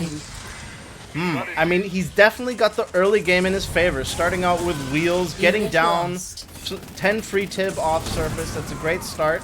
Oh, but look at this savage dancing. Oh, Serpas and his dancing. Yeah, that's the thing he's really known for. You see it there. Of course, he is a mobile player, so not surprising to see him take advantage of it. And look at this. So he takes down... So Dennis here trying to make his way onto the top pad there. Serpas pumps out the Orca, though, and it's going to one-shot these bikes. And without a lot of time on the clock, that actually should be missile number 1 here for Serpas. Yeah, there it is. The bikes, of course, even with their fastest movement speed, just can't make it to the pads in time. Yeah, when you get stunned like that from a dance, the key move is to just go away. Deal it. You have to find a way to deal with it somewhere else. Take the long path. You can't do your original intention of go up straight fight lasers. You gotta find another way. And if you don't do that immediately, you are immediately losing the engagement, as we saw there. He needed those flamers. He needed the combination of flamer bikes to handle a pad like that, because Serpas is coming out with all these drones and lasers. And yeah, they just weren't there in time. They didn't make any after that either. That's what really lost them that missile there. Well, and it's kind of surprising to see bikes fall flat a little bit, but that's what this deck from Serpas does very well, is Orca shuts down bikes, and then drone swarms, because of the fact that there's 5 of them, it's a little awkward for the bikes to clear them consistently. So, Serpas just has a really good good deck against Nod here. And look at this, it's playing up pretty well, though. I mean, but Dennis making a comeback, as we see here. The turret really didn't do a whole lot, and the APCs are coming out in numbers, but of course, Dennis just spammed the bikes, and the stealth tank was able to shut down the Orca. So there it is, Dennis comes back with missile number 2. Serpas taking the easy way out on this one, cleaned up the harvester, and now he's just spamming APCs. And so far, we haven't seen anything from Dennis that says, I can really contest APCs very well. He does have Scorpion Tank, but as you pointed out, he's lost his harvester and only now rebuilding it. Yeah, that is going to be the nail in the coffin. He definitely can beat this deck, but he has to get Tank, Flame, and the Stank out. That's the constellation that he needs up at all times to handle this deck, because Serpas can spam APC, and if that doesn't work, go into air. But hang on, he's not getting on the pads. Oh, look at that race between that missile squad and the harvester. The missile squad makes it there, but the boost on the harvest well. Oh my goodness, Dennis almost nearly made it there, but the harv too slow. Yeah. And Serpas takes advantage of it, so he wins the game. But my goodness, it was a pretty competitive game overall. Really good stuff. Yeah, I mean, Serpas pretty much had that missile from start to finish. If you looked at it looked close, but it actually wasn't close. For example, that harvester was never getting on the pad, so we can definitely forget about that. And the HP of his, because everything turned red shortly before. It's like, oh, but no, the HP of the units at the bottom pad were not high enough to hold it for as long as they needed to. Exactly. Yeah, you could argue to be even in that position to even. Was weak, but then he was just moving up these slow APCs. But the fact that you got a miss that it came to a third missile against Serpas is always a victory. So hats off to him for that. 100%. Yeah, for sure, right? Like, I mean, in that matchup, the APC was pretty good. Well, very good, actually. And the problem there was really losing that harvester and then Dennis not rebuilding it in time. Yeah. He needed tanks. He really needed tanks. And because he couldn't get there, I mean, Serpas he just kind of walked all over him, really. But it was a pretty close game overall. Like, Dennis, I think there were a couple of things he could have done differently, but overall, it's quite good. So, but unfortunate for him, he does drop that first game. So, we'll see what he decides to do in game number 2. All right, game number 2 is going to be on Castaway, which is a great movie. I love Castaway. I love that movie. It is a great movie. Yeah, Wilson. It's so little dialogue, but it was still great. New objective. Absolutely. It's one of my favorite Tom Hanks movies. Yeah, for sure. All right. So, Dennis here playing No Harv MG against Serpas also playing. Well, I don't know if it's No Harv, but because he's got the talent in there, right? Yeah. The talent makes a lot of sense, but it's expensive. It's 80 for the first one. So, under No Harv circumstances, pretty tough to get there, but that might be the way he's going to go. And here we are on Castaway. So, here's something you don't get to see every day. Exactly. You can tell Jeffrey is a biased ex-MG player by him saying no Harv MG when we haven't seen if there's going to be any Harvs yet. Right. Well, and so Serpas is, in fact, going to be playing it with a Harvester. And we talked about this a little bit already, but the Harvester really creates a bit of an issue. And, look at this. Oh, the sweaty blocking, but doesn't get there. I think he's going to lose this MG. So greedy. Yeah, there it is. I think the MG's going to go down. All right, so first MG down, and that's the problem with this deck, right? And this is why No Harv MG just isn't great, and why you need that extra pop cap for a unit, because it's so important to block for it. Oh, he could have had this, man. Okay, but wait, it's still not over. It could be an MG stalemate. What is going on in this game? Oh, the MG crawl is real, and of course Dennis, he's on the pad, so he just wins it for that reason. But look at this boost from the MGs. What is I don't know about this. Oh, I think he's going to lose it, and there they go. 2 MGs down, the third one down as well. Serpas here losing ground. Oh my god. What a bizarre game we're watching here, folks. This is over. Serpas does not have the money to get into Talon, and then to break 2 laser squads without any other, with only dogs? Where the MGs this is over. I think you're right. He does need Talon here, but there's just not a lot of time on the clock. He committed to MG 2/3 already. And that was, for naught. And now he's just, it's over. Yeah, I think Serpas realizes it too. These dogs are going to die, and that's going to be all she wrote, I think. But I mean, he almost threw that just by being so greedy and moving it up another pad. You don't need to do that. Right? No kidding. 1 hex further away, it would have been way more comfortable. But there you go. That's what an MG mirror looks like. He who is first wins usually. It's kind of like a Giga mirror. Yeah. It is in some ways. I mean, there's some key differences, of course. The fact the MG doesn't charge up, but that is really the placement. Yeah. Yeah, exactly. Well, you saw because Dennis had the better positioning. He was on the pads, and Serpas wasn't. That's all it came down to. What a weird game that was. Yeah. MG is not a bad choice against top players because unless they have a good deck to beat it and it's a good map for it, as Kenny's saying true. Here, it's true. MG, it can work. I've seen it work against Alicia. Alicia lost to No Harv MG once, so it really can work. Whenever I would play against Agent, I would always play MG.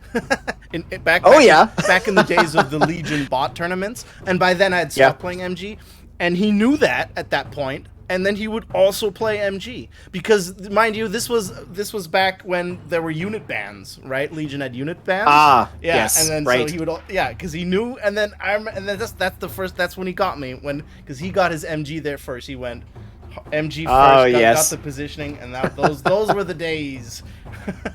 Getting Oh, kind of good deja stuff. vu from this. All right. Okay. Next game is going to be similarly close. It's going to be the hot zone. Battlefield control. All right, here we go. So Dennis having won that game means Serpas picked this map. So here we are going to hot zone, very similar to down the middle, although the placement of the rocks does make it quite a bit different in some ways. So that said, though, Dennis here bringing Kane with tanks, a good choice. I mean, Kane on this map is really, really good, but Serpas here has brought Inferno, and I mean, Dennis does have Phantom here, but he doesn't have Stealth Tank, which is really what you want against the Inferno. Yeah. Yeah, you're probably right. I think if actually, I mean, Serpas is a very good player. You always have to add that into the mix of how it's going to go. Oh, down. totally. For sure. Yeah. Yeah.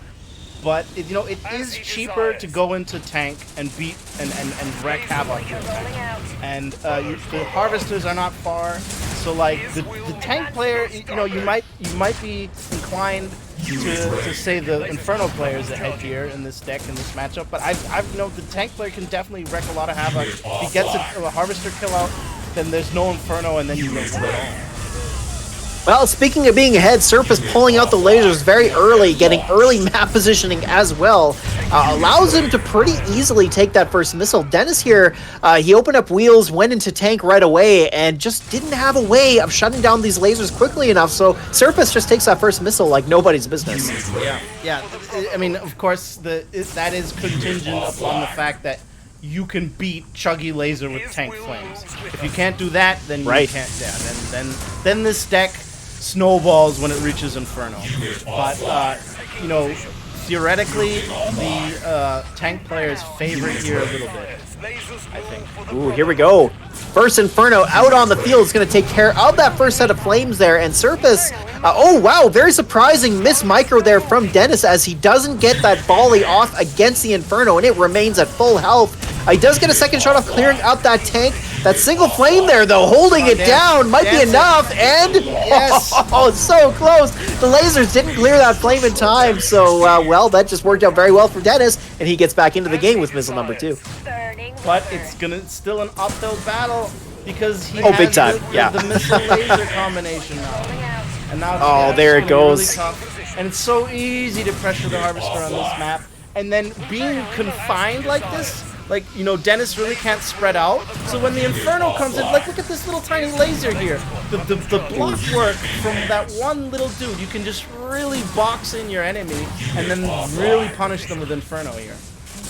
Yeah, and Serpas, he is a very smart player. Like, he'll take full advantage of situations like that, Exactly. where if he's even got a single laser left, he'll find a way to get value out of it. Yes. So, yeah. Yeah, And look at this. Deadly. And then now right? Fire. Look at this. Double Fire from Inferno the base. shots. Yeah. Oh, it is too much for Dennis as the Inferno is just too strong. Yeah. It really The wasn't a thing- way for him to get to Phantom in time, so Serpas takes it. That's what makes this map kind of a good Inferno map, is that if you fire from that pad, the spawn walks into the fire to get onto the pads. Yes. And that can mean so much if there's fire on a crucial path out of the spawn. Oh, big time. Yeah, well, Serpas got a really key shot there where he had 2 flame hexes in front of his base. And so Dennis, there were a couple of times where he built bikes right into the flames, and they didn't clear the bikes, but they brought them all down, all 3 bikes down to a few hit points at best. Enough that a single laser shot would clear one, they were just pretty much useless at that point. So yeah, no, you're right. The positioning of the flames and the shots of the Inferno were very impactful in that game. Yep. Oh well, I mean, Dennis won one game. Maybe he'll play MG again.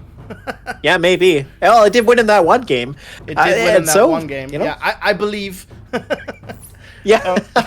We'll see. I mean, it's Serpas, though, right? Serpas, he doesn't... I'm a little surprised to see him bring out an MG deck, but that said, he does play a lot of interesting off-meta, or what sometimes becomes the new meta decks. So, yeah, maybe not all that surprising, but, because I think part of the reason that Dennis won that game was because it was a mirror match, right? I feel like he identified a key moment to win that game, and that's kind of how he came out ahead. So if he decides to play it again, he might be favored if he's playing in the mirror. But anything else, I don't know. It's hard to say. He totally can play it again. Loser chooses the could. map. He could choose a great MG map and play it. Let's see. That's right. Yeah, let's take a look. Establishing battlefield control. All right, here we go. So, of course, it is 2-1 here for Serpas. So, Serpas feeling the fangs of victory in his hands. He's about to clutch it, and we'll see what Dennis brings here. So, he's brought Giga, which really is kind of like the analog to MG on Nod's side. And here on this map, though, the thing is, the Giga has a little bit less liberty in terms of being in the middle of the map, right? Like, it can really cover that middle pad, but has a little bit more difficulty covering up the top 2 pads. And here, Serpas has brought Borka, which in the past, Borka has been very good against Giga, but what would you say about it now? I mean, Giga, very powerful on close maps like this, but still very hard to reliably pull off against top players that flank and that have air, and Serpas has everything in this deck that he needs to deal with it. I think right. Yeah, we like we saw in the game previously. One little leftover unit will be used to its fullest potential, and if you have things like that in your toolkit, very, very hard to do. I have to agree with you. Yeah, He'll just hold a hex open with a tiny little unit and then replace it way better than most players can, and those key elements in games really decide the match. Absolutely. Yeah, no, and that's kind of what we've seen so far. Serpas has definitely been a very proficient player, but, Dennis hasn't been too big of a slouch either. He's really been doing a great job in terms of trying to find ways through Serpas' shell, yeah, I mean, look at this. Oh, man, Serpas here leaves his snipers open there, taking down 2 models. So Dennis getting a little bit of an early lead there. That boost on the snipers with them combined cost 80, so quite expensive, as Dennis really only had to spend 40 on his own flames there.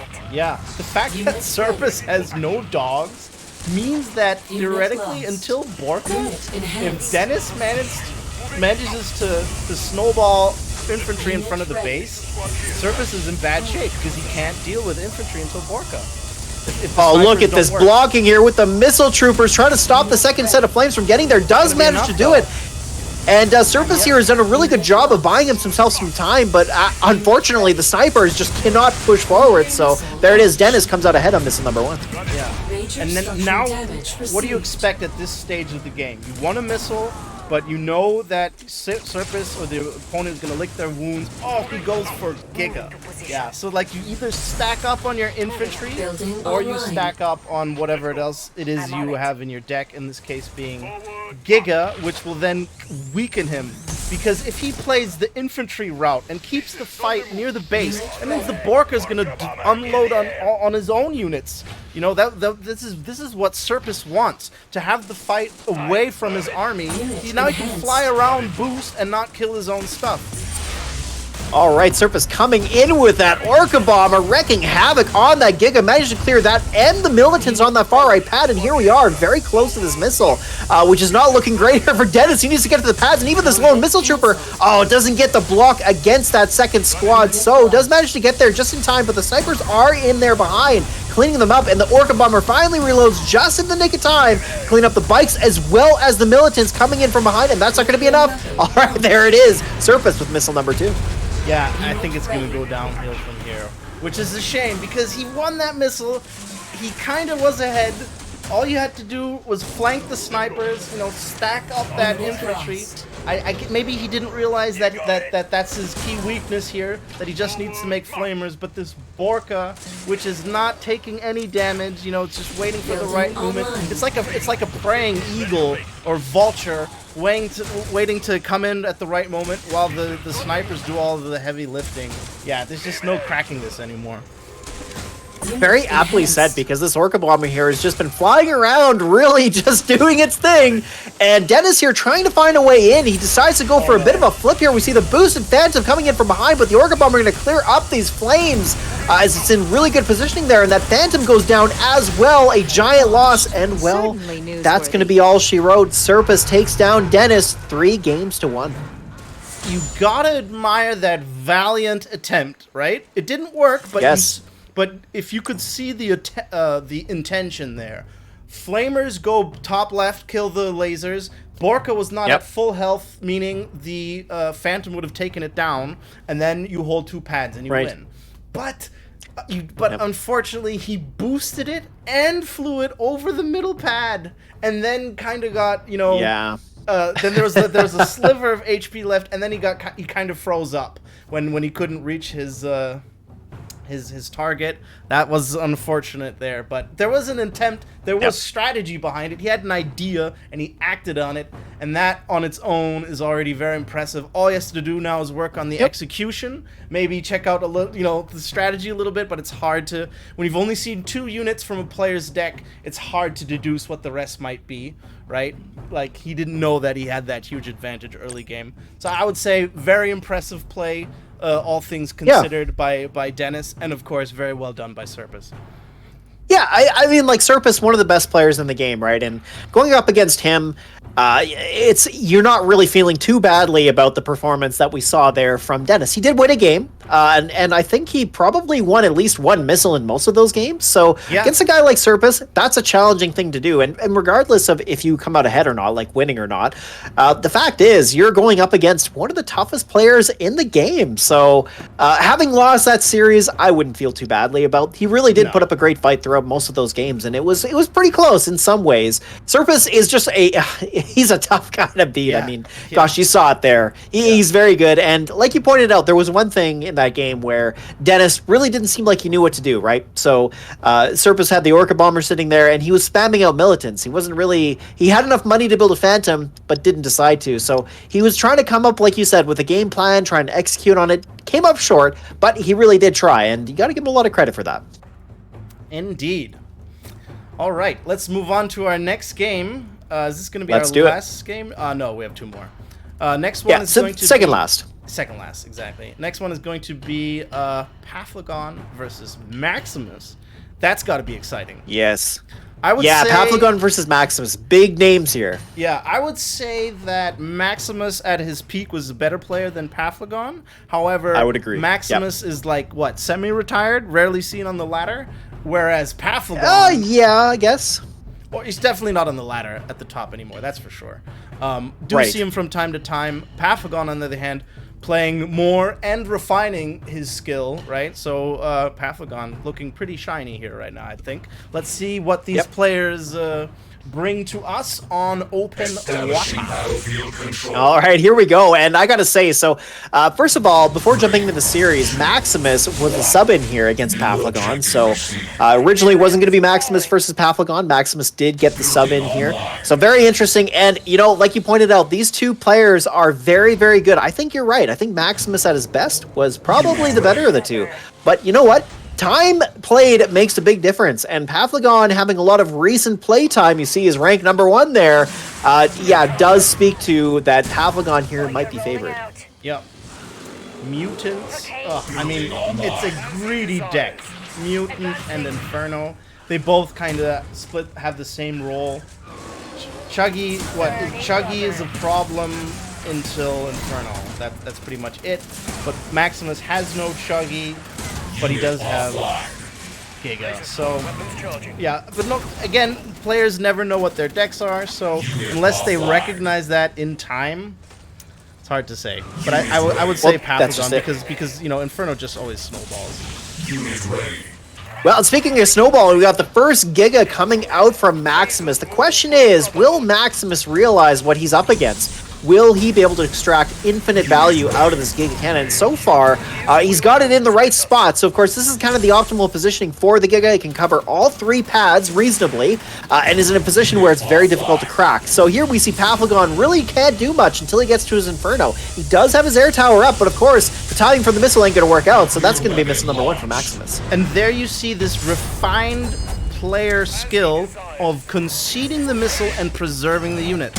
You see how neatly Paplagon's units, all at full health, all nicely held back till he waits for his key unit, which he needs to then crack the combo.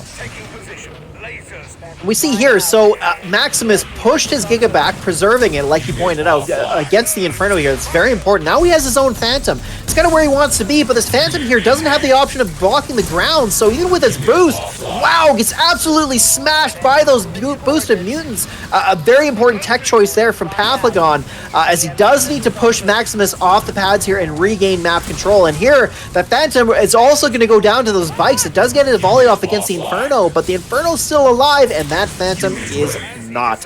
So quite a big loss there for Maximus, as its Inferno here gets another shot off, and the longer this goes on, the more it favors Paplagon. Uh-oh, going into the fire here, gonna lose his shocks, and he kind of needs them now, unless he gets the right units out with the Inferno. Oh, look at that. The lasers move into the flames, and of course, there isn't any unit to push on, so Paplagon, with the early positioning, takes down missile number 2. Very nice. Missile number 3. Okay, maybe these players are more evenly matched than I thought, and maybe the Inferno will not win in the game here, because the Phantom got that Inferno super weak, but now he doesn't have money to make another one, and the Giga's gonna be kind of dead in the water, in the open water, haha, because we have the Inferno around here. Yeah, right, like this is what it's come down to. Such a characterization of this match and these two players is seeing the Giga against the Inferno. The Giga, of course, is going to shut down everything on the ground from Paplagon, but the problem is, as we've seen before, look at this, the mutants now inch forward, Maximus not blocking in front of it. So the mutants, even though there were only 2 of them, managed to take it out. And still, again, Paplagon here looking pretty comfortable. These mutants here just getting a lot of value. He did lose his Inferno to the Phantom, so Maximus pulling himself in just a little bit more. But these Flame Troopers, and this is really what it's come down to, of course, is these Flame Troopers with the boost, getting into position, clearing them up first, and that is very, very big, as we are coming down to missile number 3, and with the block on the bikes, oh, there it is! Paplagon comes out ahead, missile number 3, and takes down game number 1. That was a very decisive boost there. That won him the game, because he had Harv pull when he actually didn't really need to. And that could have ended up becoming a problem. He had bikes on that pad anyway, right? The Harvester was unnecessary. And yeah, it could have turned into a problem had that fight gone any longer. But he had had that boost, and then he had the block, and then that's how you win the game. Maximus, tough game. Maximus was also good in that he understood that I can't move forward with my Giga until I have that Phantom, but then just kind of got flustered, right? He went. There was a pause when he went after the Inferno, and then he just left the Phantom standing around in the middle of the field to die. And you would think that, okay, because he was preoccupied defending the Giga, but that he wasn't doing that either. Then they died to the to the mutants. So there was just so many mistakes there on Maximus's sides towards the end. That's right. Paplagon probably might have had a harder time if it wouldn't have been for that great play. Gratitude dispensed. Yeah, no, you're exactly right. Like the thing about Giga is, yes, it's insanely strong, but you do have to play it right. And mutants are one of the precarious counters to it, because it's a ground-based counter, so of course, if Giga blocks well enough, then the Giga's always going to win that. But the truth, even in a game like this, where we're talking about 2 of some of the best players that we've seen in Rivals tournament history, and like, you saw what happened there. The mutants were able to get in front of the Giga. It's just so hard to constantly block for it, and especially in a high-caliber game like this, it gets even more difficult. So, yeah, Maximus really did misplay that. Had he played it better, he probably would have been able to win that. But it's still tough. The mutants have a ton of hit points, so it takes a while for the Giga to chew through it, regardless of how much damage they do. Yeah. Even if the Giga's boosted, if you get through with mutants, they're gonna take it down. Yeah, because that's right. So much HP. Thank you very much for the bits, Obi, and thank you for the Prime fight. Much appreciated. All right, next game. It was an amazing game number 1. Let's check out game number 2. Next game is going to be Middle Oasis, baby. Oh, wow. I love Middle Oasis. Used to hate it, love it. Let's check it out. All right, so not a surprise here to see game number 2 move to Middle Oasis, as Maximus dropping game number 1 has map choice, and he is a Middle Oasis player. So not surprised to see that. But let's take a look at this deck, and it's quite interesting. He's got double anti-infantry options in the War Factory, that being Wheels and Chuggy. So no militants here, which means he's going to be a bit weak to lasers potentially. But, know, this is a map that he's picked, so perhaps he has a way of playing this deck on it very well. But Paplagon here playing another pretty decent choice with Shade and Venom and Seth. It seems pretty reasonable to me. Yeah, I think it comes down to how they play this game. Not so much the decks, right? Like, for example, Paplagon starting Harvester here, Maximus starting units. Maybe it's going to follow up with a Bike Rush. But if it does play out, you know, like a regular game of Rivals, I would say that Tank kills Stank, Venom kills all his air, and Chuggy cleans up all his infantry. So, like, those three units is the expensive end of Maximus' deck. Hands down, smashes Paplagon. So it's all down to how they play that. What's it gonna be? Oh, is it gonna get the block? Oh, it's so close. Didn't quite get there in time. Of course, the wheels don't move quickly enough, but almost did. I think that. Oh wait, never mind. The wheels had a movement speed change, right? In earlier patches, quite a while ago, but they did. Yes. Yeah, but they did. So in earlier patches, they could have blocked on this map.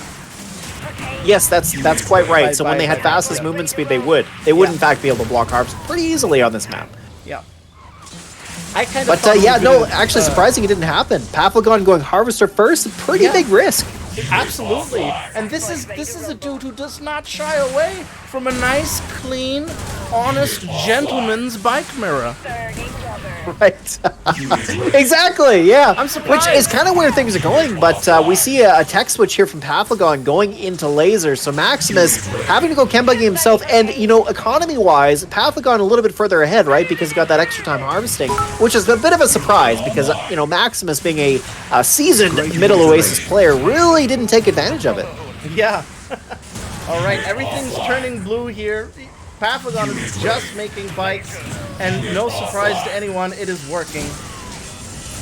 Yeah, I mean, Paplagon here just going to spam the bikes, get onto all three pads, the bikes even on the top pad there didn't really need to go for a block, as we saw Paplagon do a little bit of a dance there, but didn't matter. He was just on all three, and the boosted lasers on the top left, bottom left weren't going to clear the bikes in time, so, well, there it is. Paplagon with the first missile. Maximus here has a very weak Harvester. It's basically dead. He can kill it with a Venom. He's going to kill it with a Venom. Okay, he's not. Nope, the bikes are going to get instead. And if he doesn't ever get that constellation of units out, if he doesn't get those three top-tier units out, he's gonna struggle. Because the Paplagon deck, right, is efficient against Nod, especially with map control, as we have seen earlier before in this tournament. And, you know, that's how this is playing out here. Oh, look at this sweaty defending on the Harvester from Paplagon, making sure Maximus doesn't cap it. That said, though, I mean, it's such low hit points. The second set of bikes here nearly gets there, but Paplagon really trying to restrict him from getting there, giving him the blue balls on that Harvester. I mean, really, just doing a great job of blocking it. Some of that high skill play you expect to see from these type of players. So Paplagon here does need to get onto the pads, though. He gets his Venom on the right. We got a Seth Pod coming on the bottom left as well. The Shade's going to fully reload with the chip damage from the flames, clears out the bike. So very important there. We see the bike at the top is about to go down, and the boosted Chembuggy comes in. But will it be enough to clear the lasers in time? The bike's coming in from behind, get there just to stop the missile from going off. And now with the bottom left cleared up, the Shade and the flames, that's going to be missile number 2 and the game for Paplagon. Yeah, so, well... Wow. the defending on that Harvester. Yes. Amazing. Stellar. So, like, even if you have deck advantage, the fact of the matter was it's a more expensive deck. Yes. Slightly. Also needs 3 buildings, or, you know... That's right. And yeah, if you don't get around to making your better deck, then you play with a worse deck.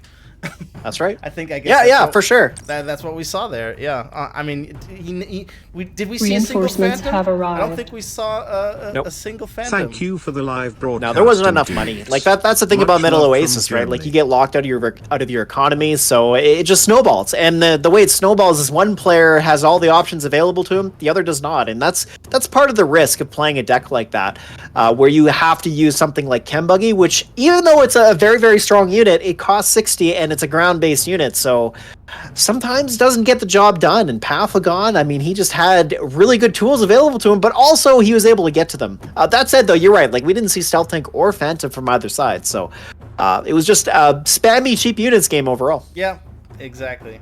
Thank you very much, Bolton Dave. Much appreciated. Let's check out our next game now. Going to be on Center Rally. Let's see what these guys bring us on this map. Hopefully it'll be as exciting as Middle Oasis. I mean, Paplagon here, he's already up 2 games, and against a player like Maximus, that is the position you want to be in, because, of course, for Paplagon, this is a decisive series, right? Like, these are probably 2 of their best. Maximus is definitely the best player on the Duchies. Paplagon, probably not the best for Wolfpack. I would say that's Serpas, but Paplagon, one of the best. He's in there at least top 3, if not top 2. So, in this series, you really want to beat Maximus. That will give Wolfpack such an advantage. So, this is super important, and here he's up 2 games already, which is very impressive, but you know, it's not really to say that Paplagon is that much better. It's been a very close series, but that said, here let's get into game number 3. I just want to add a few comments about this deck. I see deck intention here. First of all, amazing map. I don't, you know, Center Rally, yeah. Yeah, it's just a cool map. I don't know. I really like it. It's not in Tiberium League, which is a huge shame. But if you just look at the intention behind Paplagon's deck, it is a 2 map in the center, which is great for Iron Cannon. 1 Iron Cannon on that red stone, you know, virtually clears both pads with the follow-up of Drone and Jump Jet. I think that the deck on Paplagon's side is a little bit more thought out. Time to harvest. That's what potentially. The only thing is, had Maximus played Giga again, I think he'd have a real tough time with it. Like, the Ion Cannon would have been his only out here, right? Jump Jets potentially as well, but a well-protected Giga would be able to defend against any amount of Jump Jets that you send at it. So I am a little surprised, because Maximus did show that he would play Giga in the first game, but you know what? That aside, the fact that Maximus hasn't brought Giga here, I have to agree with you. I think Paplagon's deck is very well fitted for this map.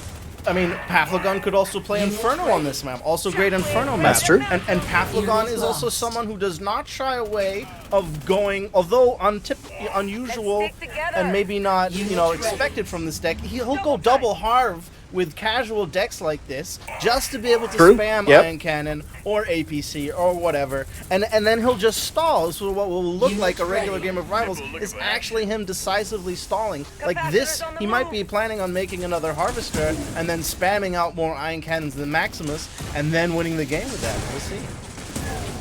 Well, and so far the game has stalled quite a lot. We see there's just about 1:10 on the timer here, and we're not even halfway to first missile. So, yeah, tons of stalling going on here, but finally there's a bit of engagement going on now on the right side.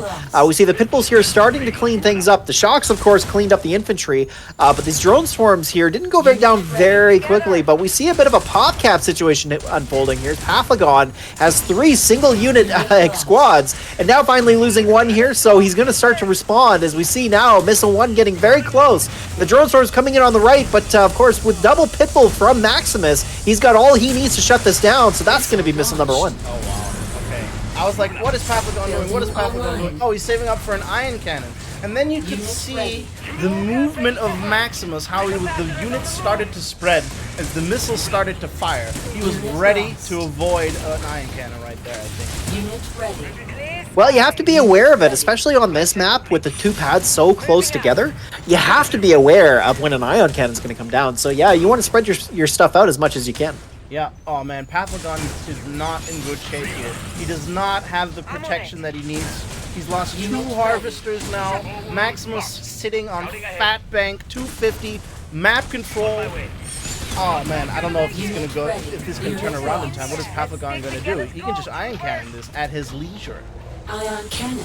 Oh, look at this. Speaking of that, the first Ion Cannon coming down takes down only missiles and drones, so not very good in terms of economy.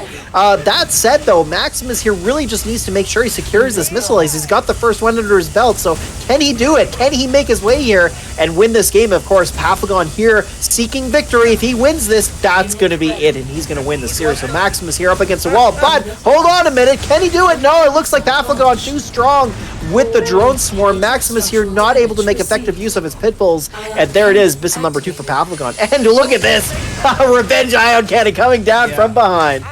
Like, all right, I mean, first of all, the Pitbull did not take an optimal route there for Maximus. He could have stalled that missile, but either way, the fact that he's now farming Harvesters, Paplagon is utterly crippled from an economy standpoint. Maximus can just, you know, again, Ion Cannon at his leisure. I don't know, like, we're not going to see anything else except infantry from Paplagon from Unit here on out. lost.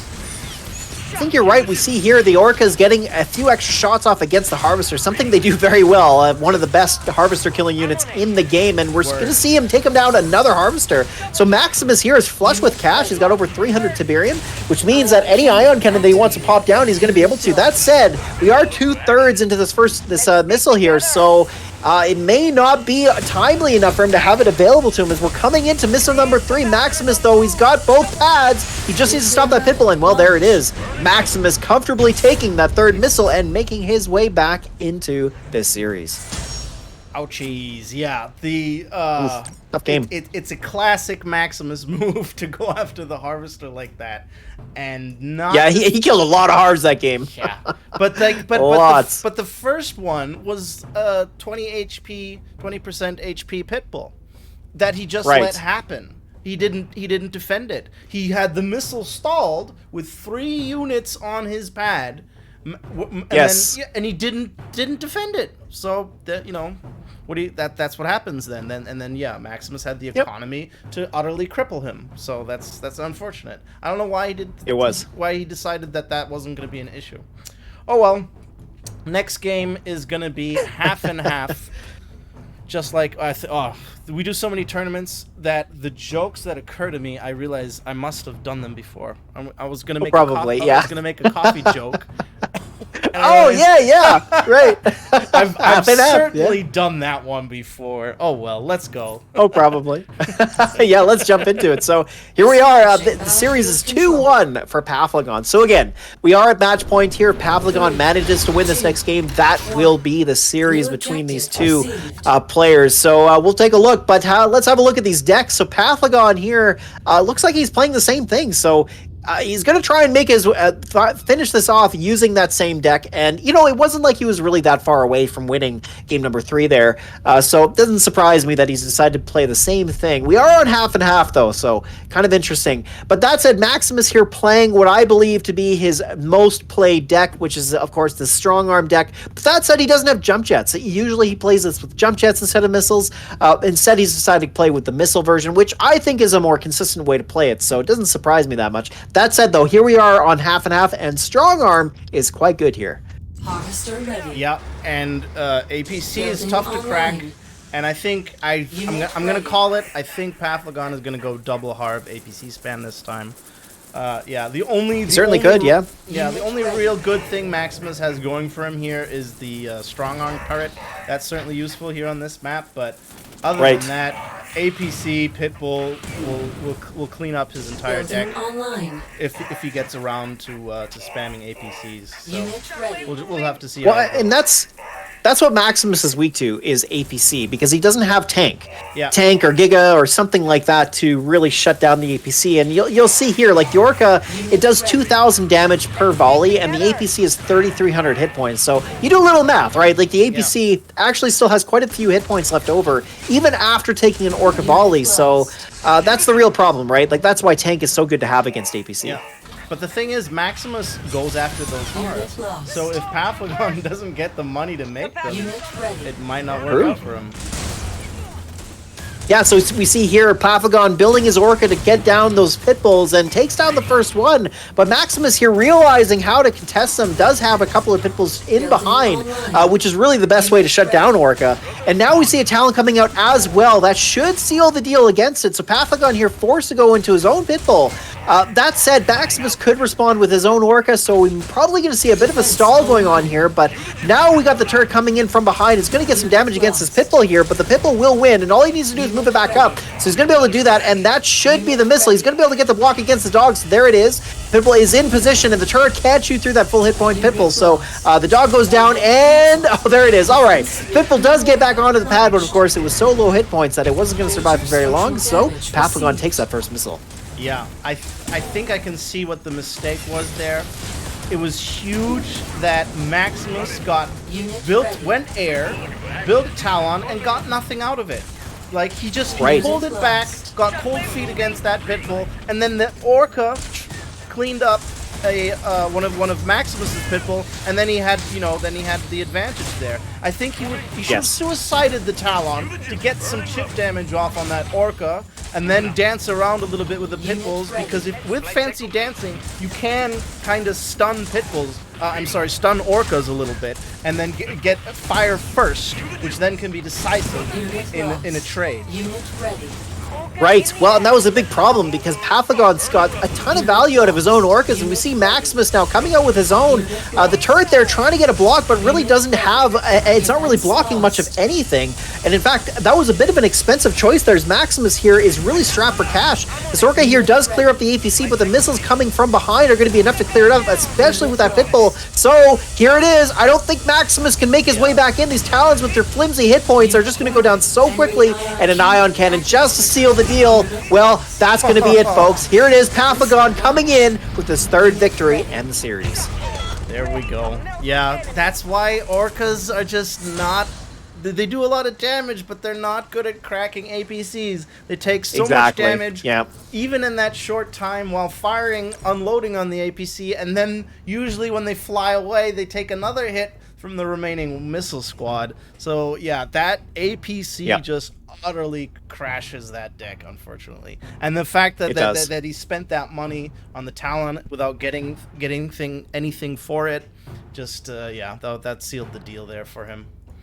Really came down to decks at the end, right? Yeah. Like when you get players like this, when skill level is pretty similar between two players, deck makes a huge difference. And that's what we saw play out there. Paplagon picked a better deck. Like the APC deck was very difficult for Maximus to deal with.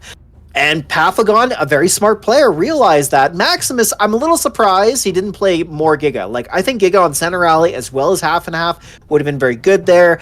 I don't know what kind of scouting that he did beforehand and tried to figure out what decks Paplagon might bring. But either way, I'm a little surprised that Maximus didn't bring more Giga.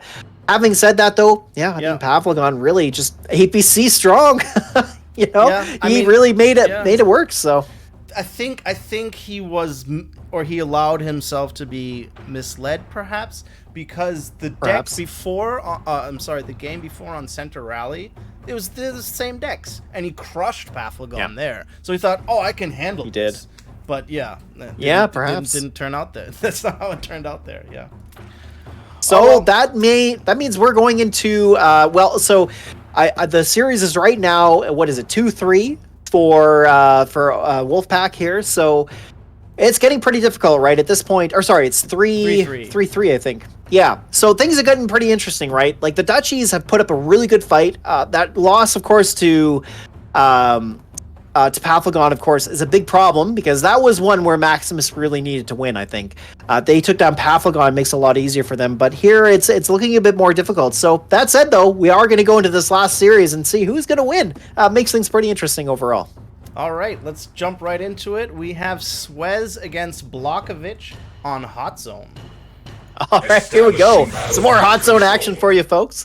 All right, so it's going to be a non-grudge match. We do have Kane on one side. So, of course, Kane, a really good choice here. But then Swez also playing Mutant Chuggy, which, the tower will shut down the Chuggies, right? So that should be enough for Blockovich to break up the combined arms. And that means that the tanks should get a little bit more value. Or, sorry, the flames should get a little bit more value against the mutants. But, always does come down to who plays it better because it's an expensive tower. It's an expensive tower. The timing is relevant. So many key factors. Harvester pressure can be relevant. Yes. We'll just have to see. What is already in favor of Swez, though, is the start here. Look at this double laser. Straight up first match, I'm going laser first. Ballsy move, because, as you say it every game, or every tournament, going laser when you don't know what your opponent is making is a big risk, because if they start Rifleman, it's much worse to have it the other way around.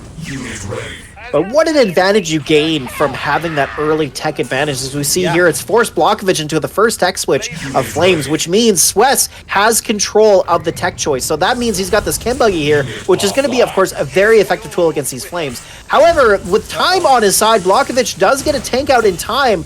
These Flame Troopers here do finally make its way down there, but will it be able to clear the lasers in time? And it does! Woohoo! Real close there, nearly didn't stall the missile in time, so Blockovich does very narrowly make his way back in. We got the bikes on the top pad there. The lasers, though, they should be able to clear that bike in time, and there it is. Now the boost of mutants are going to flip.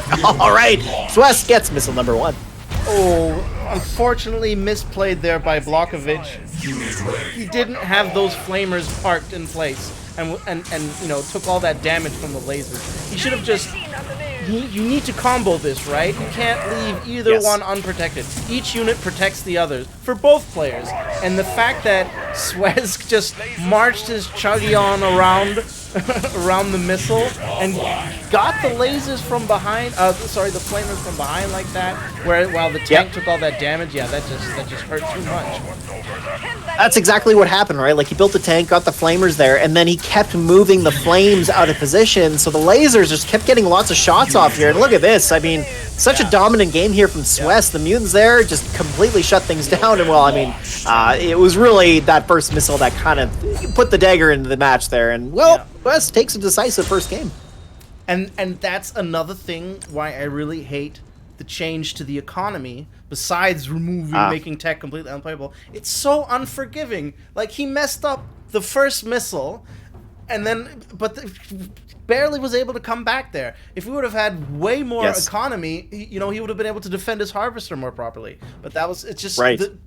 A tough economy is much less forgiving to mistakes. That's just how the nature of it is. It is. Yeah. No, you're exactly right. Like, that is the biggest difference that the economy changes made is, it slowed things down, but it's also meant that precious Tiberium you now have. Yeah, decisions exactly.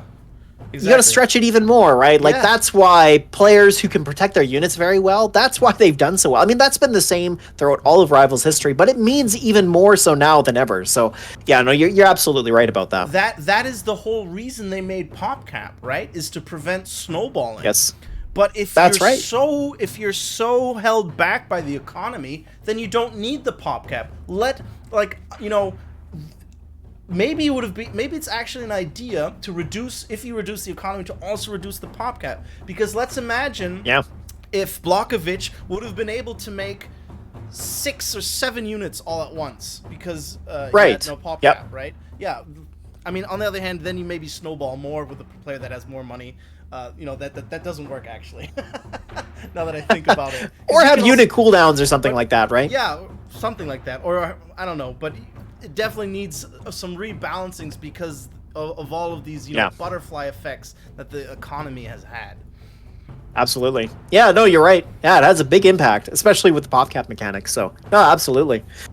Well, okay, so Swez pretty easily took that game. I gotta say, like, Blockovich really got shut out, so it's looking like a pretty tough battle for him. But, well, we're gonna move on to Blind Spot, a very different map, and this is Blockovich's choice. So we've seen this before, where players will throw their opponents onto unusual maps, and that will be a way to find victory. So we'll see if Blockovich can make that happen. All right, next game, Blind Spot. Establishing battlefield control. Okay, here we go. Game number 2. Swez, having won that first game here, is going to be looking to close this out, but we're here on Blind Spot. So Blockovich has brought Predator Shock. Kind of an unusual choice, I have to say, because the Predator being so slow, even with the boost, as well as most of these units being ground-based, means that an air map like this, it just doesn't favor it that much. So a little surprised to see that, considering Blockovich chose this map. But Swez here has brought triple air nod with Seth. A really good choice for this map. Yeah. Amazing deck. Like here, Talon Pitbull here really hurts this deck, right? It's Pitbull is really tough to deal with for this Nod deck anyway. That's true. And the fact that he has Phantom instead of Stank means he's gonna have even harder time with Pitbulls. Harvester ready. That's true. Yeah, Pitbull's very good against what Swez has brought. All right, we see the pro player Harvester move on the right, but not on the left. Yeah, Blockovich here not going to go for that extra Harvester location, which, in Sorgery, the reason why you do that is because it's so much easier to defend the Harvester up top, isn't it? No, it's to be able to Harv pull. Mainly. Oh, true. Yes, that's true. But yeah, it's also easier to defend because that is a much harder to reach pad for the enemy. But I would say the major utilization of it is because a lot of battles happening down in the middle anyway. Would be the harmful, I think. Yes, true enough. Yeah, because you see the Harvester is next to the pad there. So, as you pointed out, and I do believe the way the timing works, that it won't finish harvesting that tip field before the first missile goes off, depending on how much stall there is. So yeah, actually, that does make a lot of sense. Now, so we see here Blockovich here, a little bit of a pop cap situation. Those dogs finally going down now. Very important as he does need to get this Predator tank online, but really not a lot of good targets for it. So he's really just getting his combined arms here. That said, it seems to be working as Swez here not really going to be able to crack onto a pad. The Venom is going to make it in time though, install it just long enough. Oh, but it was so close, wasn't it? And this Venom here should be able to last long enough, but we got the boosted shocks going up to the top right with the lasers off the pad as well. But a Harvester pull from Swez, very masterful, and that is going to give him missile number 1. Well played. I mean, the Blockovich here. That was a beautiful. That he thought of doing that at the right time, and the block did work out. Fucking fantastic. Love to see. That was really good. Yeah, that hard pull, very good, because you saw him pull the lasers off the pad to contest the left pad, which of course he needed to do, but then you saw what was going on there, and it looked like Blockovich was going to sneak that missile with those shocks, but no, the hard pull came in clutch. Oh man, look at this poor Predator. He has nothing to do, completely useless against all of these air units. Now finally the bike's coming to deal with it. Blockovich hasn't quite realized that he needs lots of pit bulls. Right, we haven't even really seen well, we saw one pit bull come out, but not really since then. And you know what, you're right, because these pit bulls here would do very well against the Venom plus the Shade, considering that split apart, they won't be able to one-shot the pit bulls. And so trying to keep them together here could be very challenging. But, well, yeah, you're right, not really happening so far. And these Talons here, you know, they are a decent choice against the Shades, but not so much against the bikes. And here the Talon is about to go down. One more bike missile, and it will go down. So he's going to be able to stall that missile. The Shock Trooper here goes down to the Shade as well. And here Swez now taking all 3 pads. Hold on a minute. Oh, stopping the Talon as well. Look at that great bike arrow from Swez. And, well, he wins another game. Yeah. I mean, fantastic deck, right? Massive deck advantage for Blockovich. Oh, big time. But unfortunately, built the one unit that is really not that useful in the matchup. The Predator held too many on to Talons it for as well. way too long. Yeah, and then Swez just savagely outplaying him. The unit swapping, the blocking, the dancing, the harv pulls. He had it all. Yes. Yeah, exactly. Yeah, Swez just looks like I hate to say it this way, but really Blockovich looks a bit outclassed here. Like Swez is a very good player, and Blockovich not like is he bad or anything like that, but I have to say Swez looks to be a step ahead of Blockovich. That said, though, it's not like Blockovich looks like he's completely out of options to win this. I mean, it's game number 2, and he's down 2 games, and of course, in a best of 3 like this. Well, that's tough, right? But at the same time, you know, I think there's a possibility for Blockovich to make some adjustments here and try and find his way back in. But Swez he looks like to be a better player in the 2 of them. Yeah, definitely. I know him from ladder, and yeah, if I don't pay attention, I get a beating against him as well. So very. I bet. Very good, yeah. Sure. All right. Well, let's go into game number 3 and see how Blockovich responds to this. Establishing battlefield control. All right, here we are, match point, and Swez winning those 2 games, feeling pretty good.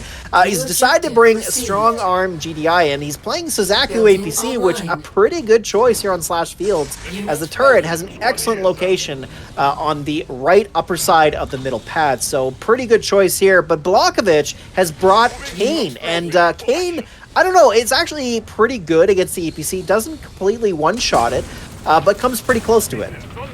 Yeah. APC good on this map, Strong Arm good on this map, Tank good against APC. I think this is the counter deck, but they both have tools to deal with each other's units. So again, it's gonna come down to player skill, I think, and you know we've seen the stellar performance by Swez here, so it's gonna be very, very tough for him to do. Unit lost. All right, Swez here, a little bit of a pop cap situation as he loses those lone militants and the missiles to those bikes. That said, though, look at the flip! Oh, man! Wow, the timing there, that might be one for the contest as we see the missiles and the drone swarm just get onto the pad in the nick of time and flip it over for Swez. Yeah, I mean, it's as if he needed that, right? That would have been a great tool in Blockovich's kit. But yeah, now it's just gonna be really hard for Blockovich to crack all of this. These pit bulls are clearing these bikes. He needs tank, and then he needs a phantom to back that up. He needs to really save his resources to get the combination that will get everything. And here comes the first tank from Blockovich. So this tank here going to be very important to deal with. Also the oncoming APC, which might be a slight misplay here from Swez, as it's very expensive. But that said, he decides to back it off and let it just hold the left pad, which, believe me, it will do a very good job of. So now here, Swez pulling the APC into action, getting it onto that middle pad, but really is going to be a demise. But that said, doesn't matter, because Swez here just playing all three pads better, takes it down. And gotta say, a pretty one-sided game overall. Swez, a very strong player. We all know it. Swez is very good. But yeah, just Blockovich looked a little bit outclassed there, I have to say. And, well, Swez takes it 3-0. And that gives a very important victory because, well, Wolfpack wins the series and knocks the Dutchies out. Indeed. Congrats to them. I think that there was a little bit of a chance in that last game because when I saw the tank and then I saw the APC, I said, oh, perfect timing. A clash in his favor. But then, with the two drones on both sides, on both right pads, he wasn't attacking the right targets the right times. He didn't have the right priority. He needed to get the right ones down first, and that he didn't manage that. Then he tried to go for the flip, but still didn't have the right pad possession, and so it didn't quite work out there for him, unfortunately. No, it really did. Close games overall, though. I mean, between these two teams, it was a very good matchup in general. There was only really one series in that I would say was fairly one-sided, which was Swez versus Blockovich, the last one there. But overall, very close games, and you got to give a ton of credit here to the Dutchies because when you looked at the original set of teams that were going into this tournament, I don't think a lot of people expected the Dutchies to get this far. I don't know if I even did, but when you look at their roster, it's not that surprising to see why. Like, you got guys like Maximus, Oosterwick, Steepy's in there, Boltfire. Like, these are some pretty strong names. So personally, I'm not that surprised to see them make it to this point. I'm really glad that they did because it really did make it interesting, especially when you, like I said, you look at the teams and you're pretty much expecting Wolfpack and Odin's to win this. But the Dutchies really did give Wolfpack a run for their money, and it was a very exciting series. So really well done. Hats off to them. Kind of sorry to see them leave the tournament. But, well, all the same, they put in a really good fight, and it's so great to see their names come up. So, overall, really well done. Absolutely. I fully agree. There was a lot of games, a lot of exciting moments. Misplays on both sides, so a lot more match than I would have expected it to be. But that also made the game interesting, right? We saw so many games that made it to the third missile. We saw Serpas losing missiles. We saw Serpas losing a game, and stuff like that is exactly what you're hoping for to have a great tournament.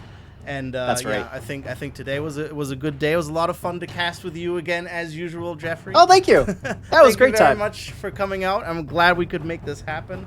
And sorry to the viewers that it's so late right here, at least for us here in Europe. It's already 1:30 a.m. But with the time difference to Jeffrey, we try and make it happen the way however we can. And sometimes, the nature of the matter is that they have to start late. All right. It's a shame we didn't get to cast the game that we were supposed to cast, which was Odin's Misfits. But the game unfortunately decided for us that it was going to delete those replays. So they are now lost forever, unfortunately. But, hey, you know what? We do have the grand finals coming up, which means that we will be featuring Wolfpack versus Odin's, because that is what the grand finals will be. And like we talked about before, this is a double elimination tournament, so that means Odin's currently is undefeated. So Wolfpack will have to win 2 series to take them out. But I'm sorry, they've already lost 1 series, so it's looking pretty tough. But hey, you know what? These are 2 very good teams, and it's going to get real exciting from here on out. So you're definitely not going to want to miss that. And stay tuned. Go Odins. Because they're your team, right? Exactly. All right, man. Right on. Thank you very much once again. Thanks to everyone that tuned in, that watched this, and look forward to the next episode that I think Blaze will be doing. Yeah, possibly. All right. Thank you very much, everyone. And I'm going to say good take night care. because it's super late here. And I'll catch you all later. All right. Good night.